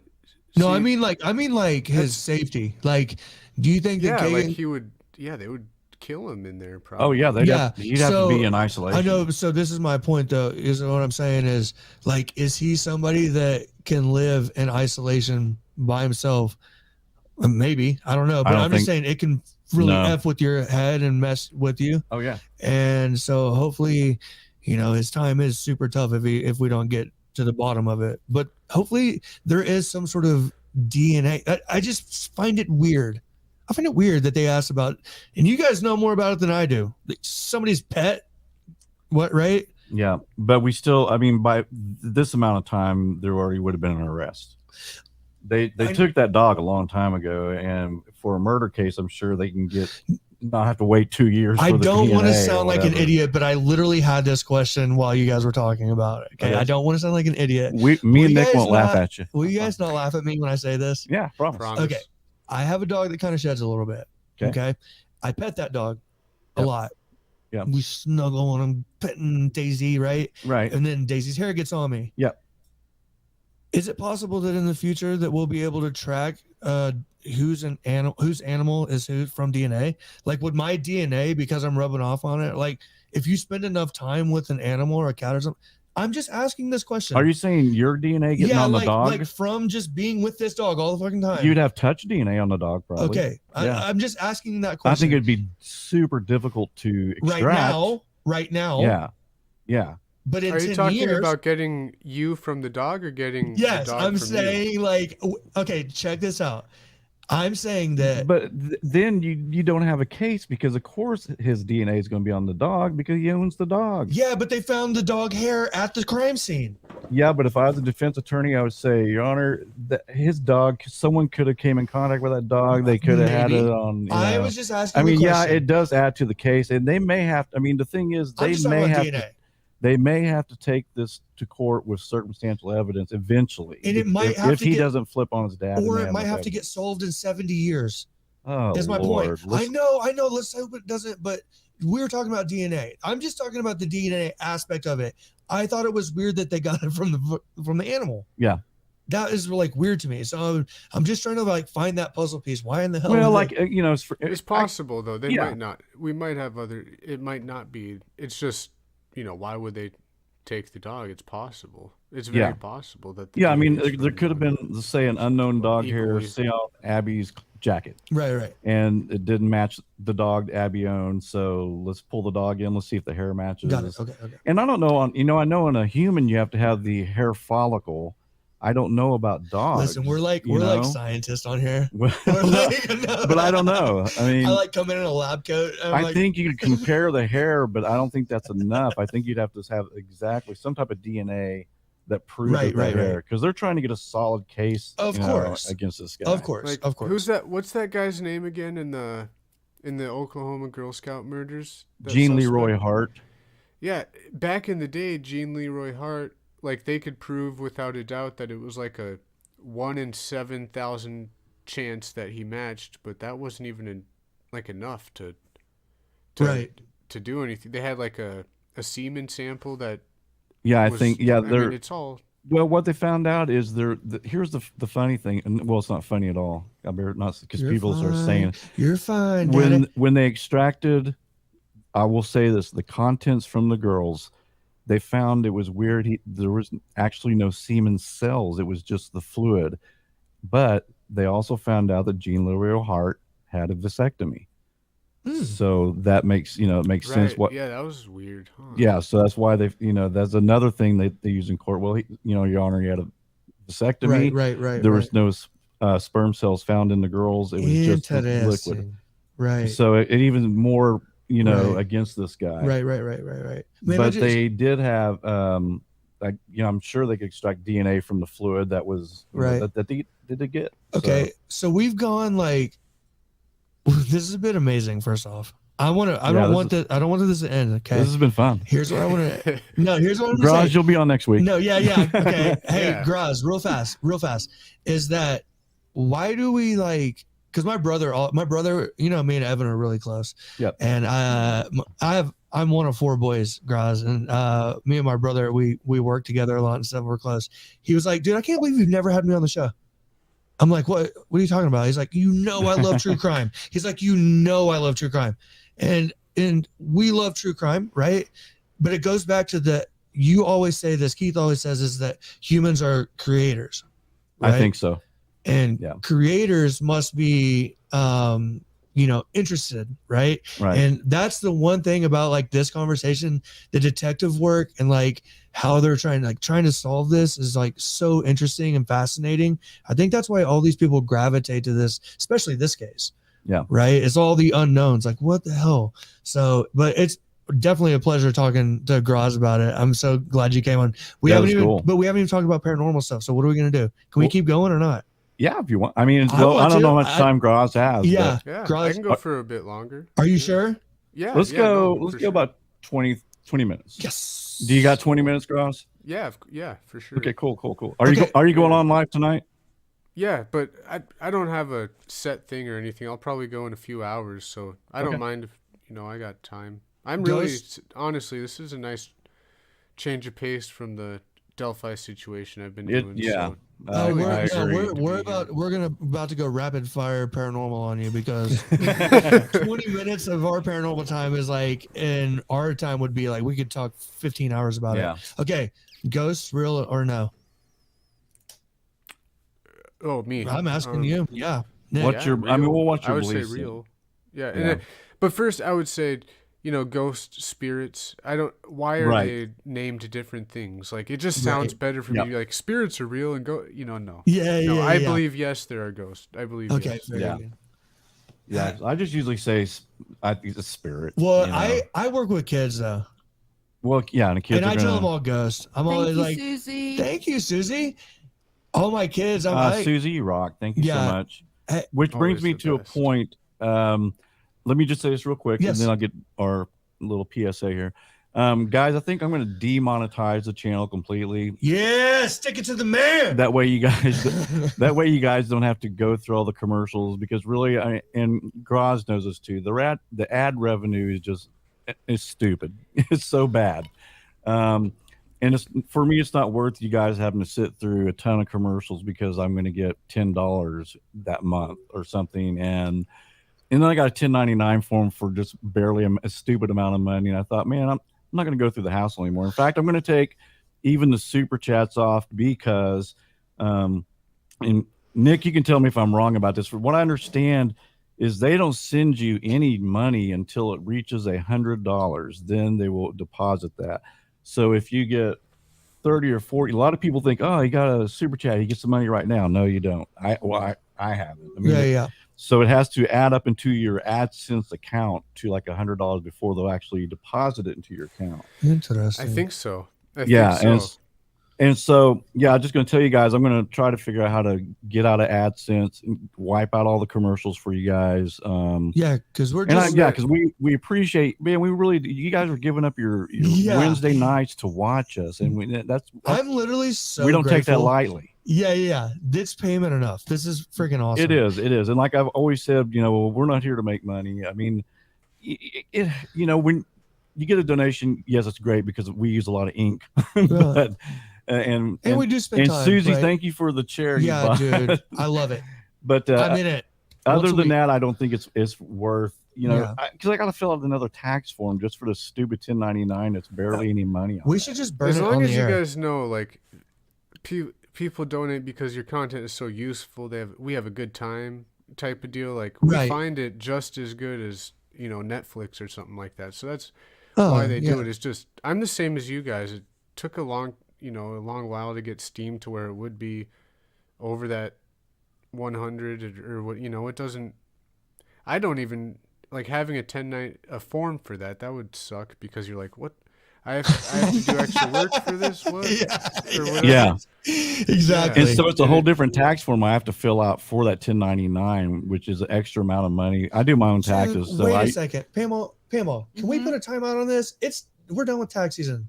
I was going to talk to Graz about the freaking spirits, man. Go ahead. We're done. Spirit. I don't want to talk about taxes. Okay, go ahead. Okay. No, but it wasn't taxes. I'm just letting the people know that, hey, I'm getting ready to remove every commercial off every episode. We're sticking it to the man. We're sticking it to the man. We love you guys. The experience is payment enough. Yeah, you guys are awesome. And we thank you so much for always showing up. Okay, and go ahead. Graz is like, this has been such an awesome show, Graz. Okay, so I wanted to bring this up because we only had 20 minutes, but we connected, all of us, on something Monday, and I know you're going to remember this. You hit a tree, didn't turn out so well for you or your car. Yeah. And then that was a weird story. Can we like rehash that story really fast? Yeah, dude. I'd love to, because I believe in the paranormal. I believe in the paranormal for sure. And like, for me, I wish I had a moment that I could really remember, and then I remembered, I do have a moment. It's just a little different. And then you were like, no, we've heard of those. They're called NDEs. NDEs. Yeah. I'm like, okay. Yeah. So a long time ago, not that long, I guess 4.5 years ago. So not that long ago, before I quit drinking, I had a big problem. And there was a time where I had gotten out of jail. I had gotten depressed and, felt bad for myself. So I was drinking. And I decided to go driving for some reason, like the same day it was just so dumb of me. So and long story short, I'm in this high speed chase and I'm drinking. Cops are following me. It's a blizzard and I'm on top of a mountain. And I hit this tree. Perfect conditions for a high speed chase. Yeah. So I hit this tree and my car, like you could see it on Google, my car is just my car is done for. You couldn't open any of the doors because there's just so much damage. Did they use the jaws of life? No, they pulled me through the window. Yeah, they're like, get your ass out of there. Get your ass out of here now. And then yeah. beat you for 10 minutes. Yeah. Okay, go. I'm like, sorry. but I had like a bum knee, and there's just so many miracles, but the biggest one is coming up. Like, okay, so I'm not hurt barely, and I go to jail again.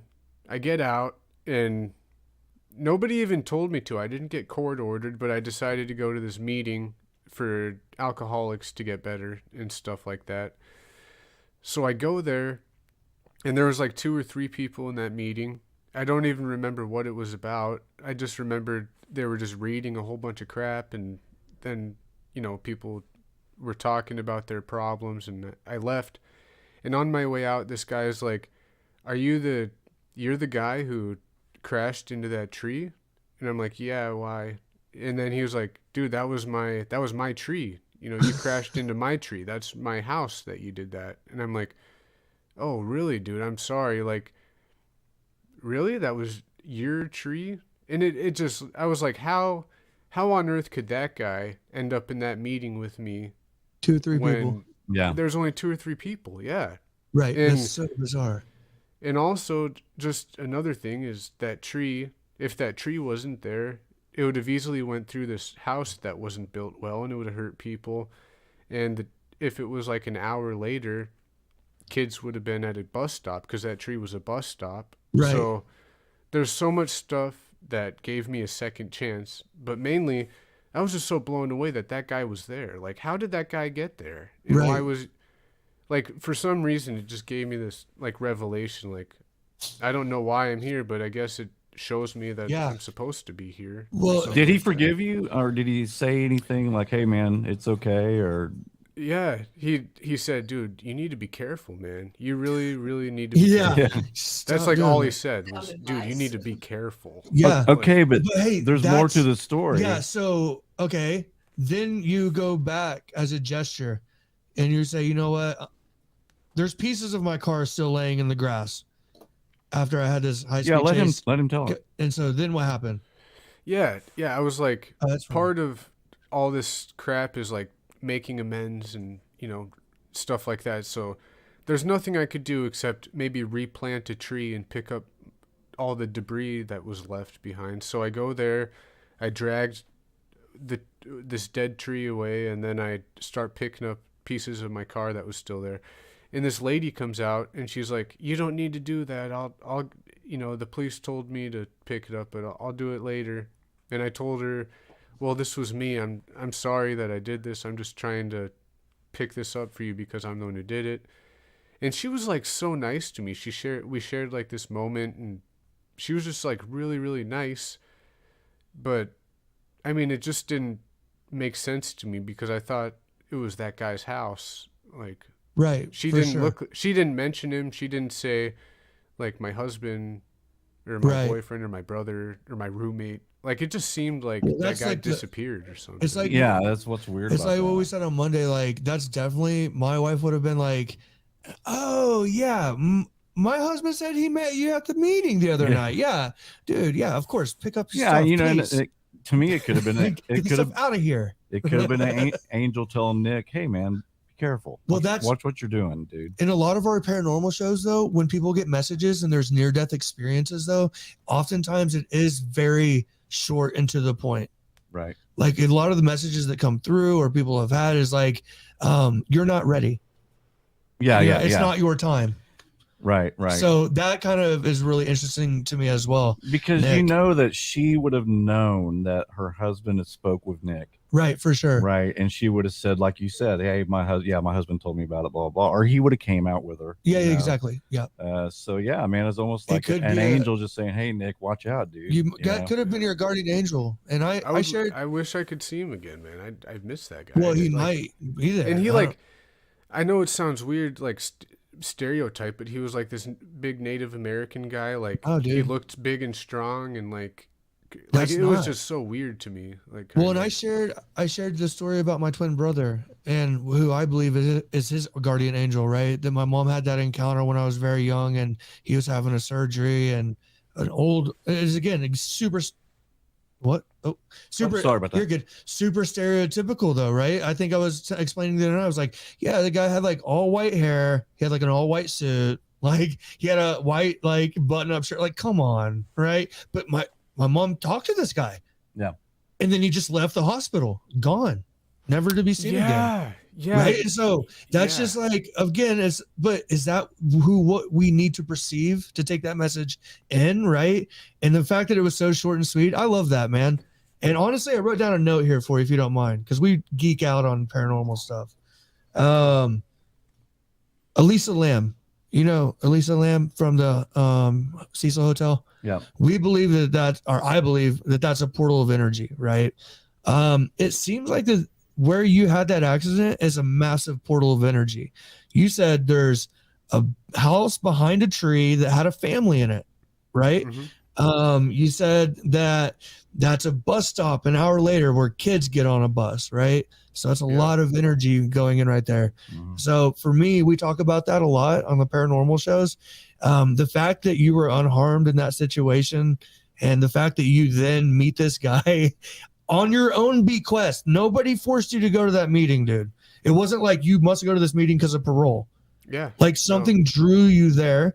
I just find it very interesting, and I wanted to point that out. So, and I'm glad you shared it with us, man. I'm glad it helps me That's huge. Think of it, because there's no doubt about it that there's paranormal happenings and there's stuff we can't explain. And I'm just like, well, I never really dug deep and tried to find my own experiences that I've had, and that's probably my only big one that I can think of. Well, we share that. That's the meaningful. My big one is also throwing my car into a tree. Do you remember that?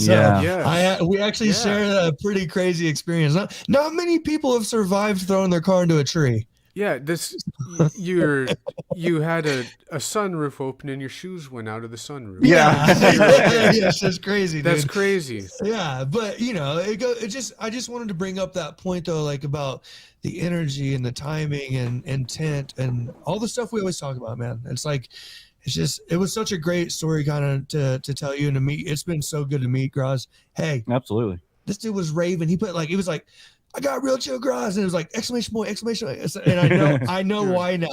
Thank you so much, dude. You guys are really, seriously. With all the stuff, I just want to say to my people and anybody from Graz's channel is here, is I've watched this guy forgive people that I have not forgiven, that are other YouTubers. He's a beautiful human being, man. Yeah, for sure. Very forgiving. And dude, you could read audiobooks to put people to sleep. You got that voice, man. That counselor, you got that counselor sounding voice. And he is the real Chill Graz, man. You're the real Chill Graz, just a great guy. Dude, so you guys are feeding me too much. I feel the same way, man. I'm so serious. If I could redo my channel, I would hope that I can have a co-host who had as much energy and bonding as you two have, because you guys are freaking awesome. I swear, I don't feel like we just met the other day. I feel like we've been friends forever already for some reason. Well, the conversation with you was just so. I mean, we right off the bat we just started talking, and it was awesome. He's a perfectionist. He was like, "Oh my god!" Like, and I was like, I just didn't want him to be bored. What did I kept telling him? Every text back to you, what was it? It's going to be great, the greatest show we ever done. I said it's going to be the greatest show. It's the greatest show we ever done. It's going to be amazing. It's going to be the best show we've ever done. No, I had it. Yeah, I'll admit this, Nick. I was like, that's why we're a good team, though, dude. Like he's got a way bigger channel. He's got a lot more followers, right? And I was so afraid of what if we bore him to death? What if we have him on? And he's just like, no way, never. And he's looking at his watch going, are you guys about done? Keith, don't worry. But this is the greatest thing about our show is that you will have to be a reoccurring guest. So absolutely, man. I'd love to, man. Yeah. I'd love to have you guys on too. Some of those cases we didn't get to, for so sure. Interesting, man. No, I was looking up famous that the author and paranormal investigator you guys told me about. What was his name again? Carl Johnson. Oh, Carl, the demonologist guy. Yeah, Johnson. He's I want to know more about this stuff. He's so cool, interesting, dude. man. Yeah, yeah, he's really cool. Like I said, he was the original dude, man. Gus. from yeah, Bigfoot? we had another guy. Gus we is had legit, bro. It's so funny because he was such a non-believer of Bigfoot. Now we've done at least 4 shows. Oh my on god, Bigfoot dude! now. I just can't get enough of it. Yeah, I'll have to. Yeah, we'll have to get into that sometime soon. Yeah, that's cool. Because I had not a Bigfoot sighting, but I'll just say this real quick. I was about, I don't know, 9 or 10 years old. I went rabbit hunting with my dad, and we was rabbit hunting. Rabbit hunting. That's what we do in Oklahoma now. Yeah, you got to use your accent that you did the other day. All right, so me and my daddy, we were walking down this road, see, and that's old big cottontail. Dude, stop, because I will lose it. Like the first time you told me this. The first time you told me this is when I started laughing. In my regular voice, no, we came to a creek, and there was this 2 prints that were huge, and it only had 3 toes, whatever this thing was. And that's what got me the first time he told me the 3 toes. I was like, what? A 3-toed Bigfoot? And it looked like it had been squatting down drinking water or something. It's like deep impressions. Very, very deep impressions. I get that. And the 3 toes. So we went back, we got my uncle, and we brought him back, and he's like, let me grab my 12 gauge. He goes, I'll kill that thing. I'll get her. No. No, it wasn't like that at all. He just looked at him and he said, "Man, whatever that is," he goes, "I hope it's gone." You know? I hope it's not here anymore. Yeah, but incredible, man. Yeah, now stop calling me. Man. It had 3 toes, but the foot was wide, really wide, and it was probably 13. I have so many theories on 13 inches long. It was obviously deep. Not a chicken or a bird. Oh god, obviously. No, it's like a 3-toed big foot. Yeah, a big foot with 3. Well, and he's an occupational therapist, so like he was saying, wasn't the big toe like bigger or something? Didn't you say like?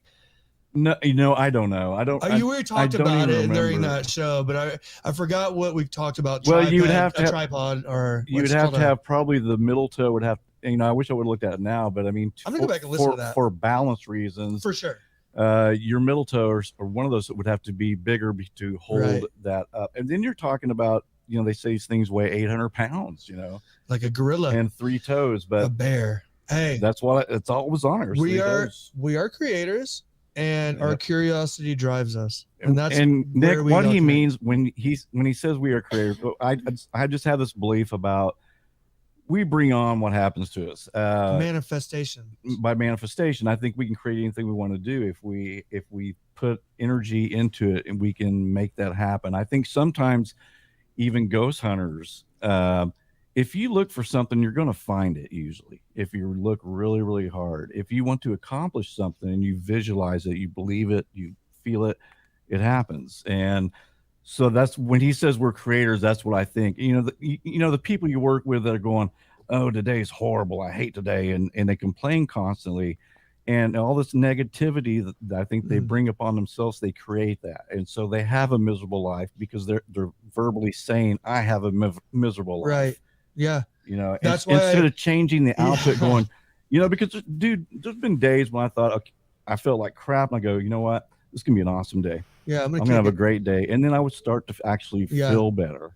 And I think we do. So that's when he says creator. That's what I'm talking about. I think we create a lot of things. If ghosts could be created by us, I don't know. I mean, can I say one last thing to Graz? What? We could go on all night. One of the crazy things that Carl is, I respect the shit out of all of our guests. Carl Johnson, though, he said something that really stuck to me, and we've done a lot of paranormal, spent a lot of time on spirituality, mostly, right? I talk about how I'm a Catholic, right? But I'm also, my parents get mad at me. Very open-minded Catholic. I'm like, I was telling Cass this. It's like it's a culture. I'm a cultural Catholic, right? But I grew up in it. So I ask all these questions. Man, now we're going completely off the rails. But I don't even remember what I was going to say. Nick's looking at his watch right now. No. We've done so many shows on this about reincarnation and everything like that. Carl Johnson said the most unbelievable thing out of all the hours we talked about it. He was talking about when he was a kid staying at his grandparents' house. The heater, the radiator. He said he would hear this radiator and he couldn't fall asleep, right? He was like 5 years old. And then like when he turned 6, he would stay at his grandparents' house. He would hear the radiator, but now he had more of an imagination, right? So then the radiator noise started becoming scary. And then over time, though, that radiator in his head, it took on a life of its own. And what was just a radiator when he was young had turned into this huge, like, paranormal experience for him as like a 12-year-old, where he was like literally couldn't sleep in his grandparents' basement because and even noise, feeling negativity because God, I got to go down there and right because he had that negative output because this is something negative, therefore I feel it, so I've just created that, and that's what I'm going to feel. That's what I'm going to feel. So he brought it on himself. He brought it on. It was such an enlightening moment. Sorry, it took me a second to kind of, because I still, those conversations stand with me, Keith. Like when we talked to Carl, like that night, I remember going home and talking to my wife and being like, dude, that was crazy. That's such a great way to put it. And it makes me think, I'm always proud of when you say that we are creators. I'm glad you explained it though, because for me, I just say it. I'm like, we're just creators. Well, we create shit. I'll tell Nick this story real quick. There was 2 ghost hunters, very famous actually, and they did this experiment. There was this house they were investigating, and it was called the Zombie Boy Ghost, right? So people said, oh yeah, there's a zombie boy comes through here, blah blah blah, and so they go up into the room where this zombie boy is supposedly seen all the time, and they're sitting around there like, man, there's really nothing going on. And they said, you know what if we sit here and we talk out loud to each other and we create a history for the zombie boy, then we come back, let it stew for a little bit, and we do an EVP session and see if we pick up anything. So they just made up, they said, okay, zombie boy was 10 years old. He was thrown from a horse, and he was killed. His dad was in the Civil War, which was sad because his dad passed away, and his mom was all by herself. Her mom was named Beatrice. But they're like back and forth. They're back and forth like they're having a conversation. Like having a conversation. So they leave the room, and they go investigate the barn. Okay, they come out in the other part about Chip Coffee is also interesting. Chip Coffee is like the man. Yeah, so they go back to the room, and they pull out their equipment, and they go, zombie boy, how old were you when this happened? And they're waiting for an answer. And then they go, zombie boy, what's the name of your mother? They played it back, Nick, and the answers were everything that they had said in that room, which was a fictional story. They made it up. The voice said 10 years old. It whispered 10 years old. What zombie boy, what was your mother's name? And it said Beatrice. And what did your dad, how did he die? Was he in the Civil, and it brought up Civil War. So it was like they created this whole thing in this room. Where previously people had snowballed the zombie boy. Because zombie boy didn't get his name from the spiritual world. Zombie boy got his name from the human world. He didn't even exist. Yeah, somebody listen. All it takes is one person to go in the room. Yeah. Get a little bit scared, and then have a scenario about this, and then pass it on to that next person. Over time. And then pretty soon the hotel's known for the zombie boy. Well, they just created this entity, zombie boy. Right. But this time but I thought it blew my mind, because I thought, now take that energy. Let's talk about something positive. Right. Let's create something positive. Let's create some love, peace. Let's talk like that. Okay, so last story for Nick. Swear to God, sorry, Nick. And then I'll let you go. No worries. This will really tie in, I swear. They did a study, on water. Oh, that's we point to this in a lot of times because they took water where some priests prayed upon it. They took water where some people yelled and screamed and cussed at it, and then they just had water, right? And then they broke it down at the molecular level, and what they noticed was although it's made up of the same compounds and stuff, it had a different design. Like the one that was preyed upon and had good positive energy, it was a little bit more. It was like the minerals were good in it. It was a crystal clear water, and the water that was screamed upon was actually chemical. There were some chemicals that were not good. There were it was weird. It was like tainted. Wow. And by someone projecting that energy onto this water. Right. Well, and if you think about it, like with because we were talking about holy water, if you have however many people every Sunday taking the holy water and doing the sign of the cross, that's giving power. That's the zombie boy. Right. That's essentially, and I hate to say that, man, I'm going to go to hell now. No. Oh my God. No, but it's the zombie boy situation though. So it's I just the same thing. It's just creating something, manifesting of energy. Yeah. Okay. I got my point across. Yeah. We took a long time to I love that. I hope I can come on again because that's something I'd like to talk. Energy and dreams and the stuff like that. Don't get me started. I'm sure on you dreams. guys have went down that path. Yeah, we did I think we did a show on dreams. I love dreams. Where we're trying to think, are we actually going to a different plane? You know, to a different dimension, maybe a different dimension. Dude, yeah. Can we redo some of those shows? Yeah, please? I'd love to. I'd love to cover dreams. We'll bring Graz on. NG. Yeah. That's my boy, right. Dude. Thank you so much, man. Sorry this is the longest show we've ever done. You just made a record, bro. Really? I'm happy about that. I'm happy about that too. but I want all my followers go over to Nick's channel. Yeah, for sure. He's going to go live tonight. Go watch it. Go subscribe. Cool. Comment. I've never been on one of those before. Yeah. I mean, I'm on one every Tuesday. But it's ours. I've never been on somebody else's. Hey, yeah, you're busy. I know, but I'm going to go on that tonight. Okay. Yeah. When is it?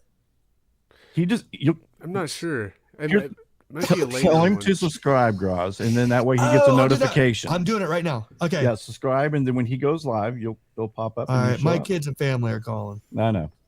All right, well, Graz, Nick, this has been awesome. Thank you so much. Thank you, guys. Dude, hang in there with the haters because they're always going to be there, but you're true to your heart, man. I know that. You know that. Don't let them beat you down. And man, you have a wonderful night tonight, okay? And thank you so much for coming on. Thank you, man. Thank you so much, man. See you guys soon. Really nice to be here. Thanks. Absolutely. Great. All right. I'll probably see you later in the night. My family's like, get home now. You better get home. All right, later, guys. All right. Bye-bye. Dude, that was awesome. Yeah. Hey, we're not off air yet. I know, but I got to go. It's been so Okay, go ahead and get out of here. I don't need you for this show. I can do the show by myself. No. Hey, but I want you to tell them real quick. Oh, are we still on? Yeah, we're still live. Yeah. Can you tell them our guests for next week? And this is going to be an interesting show. Well, no, okay. Well, whoever. Yeah, so all I know is that he's Rose Rock Studios. That's all I know him as. Okay, and it's a photographer. He's a right? photographer. I went to this event, a networking. It was awesome. And what does he do on the side? On the side, he is a paranormal investigator with his father, like a serious one. And we're gonna get to know each other really well over the next 4 or 5 days. Yeah, see if you can get him to emails. If they have any pictures, I'm sure they do. Send them, and then I'll put them up on the. Yeah, we'll hook it up. He's super excited, man. That's awesome. Yep, awesome. All right, brother. Hey, that was a great show. That was a great show. That was so much fun. Yeah, I really like Nick, man. He's a super nice guy, and he is just open-minded, man. He's very open-minded, and he's like his name. He's very chill. He's like again one of the most forgiving guys. I mean, right? Really, absolutely. Yeah. Okay, guys, we will see you next. Oh, by the way, Kennedy's on the phone. Hi, Kennedy. Hi, Kennedy. We're still. But anyway, we're changing to Wednesdays, as you probably figured out. So it's going to be Wednesdays from now on at 7:15 ish. So we'll just say that. But anyway, hey guys, thank you so much. I love every one of you guys. Without you, we're nothing. This isn't a show, and it's so cool to have you on there. And I'm going to try to figure out a way where I can get Pam actually in control of popping the chats up questions, because it's not like we don't think you're important enough to read it. I'm just not that. I can't do it. Right. And I will get sidetracked. Man, that's what we're supposed to do. It's multitasking. It's multitasking, and I can't do that. We're in it. So, but I want our people to. I mean, man, if they got something to say, because I've been in chat or I've been in YouTube before, and I say something and no one ever reads it, and you're like, damn it, I just said something. But so we got to get that figured out. Yeah, but also just throw it in the comments too, because we do a good job of getting. Yeah, but they might. I like comments. Well, I just the comments are cool, but they may have a question at the time. Oh, I know. Maybe even for Graz. Right. You know. Yeah. So yeah, we will try to get better at that, you guys. But make sure you comment, because I like those. And to Faye, thank you so much for trying us out. And I see a lot of people in here it's cool. that haven't been here before. I guess you're from Graz's channel, but man, subscribe, be part of the family. We're very chill here too.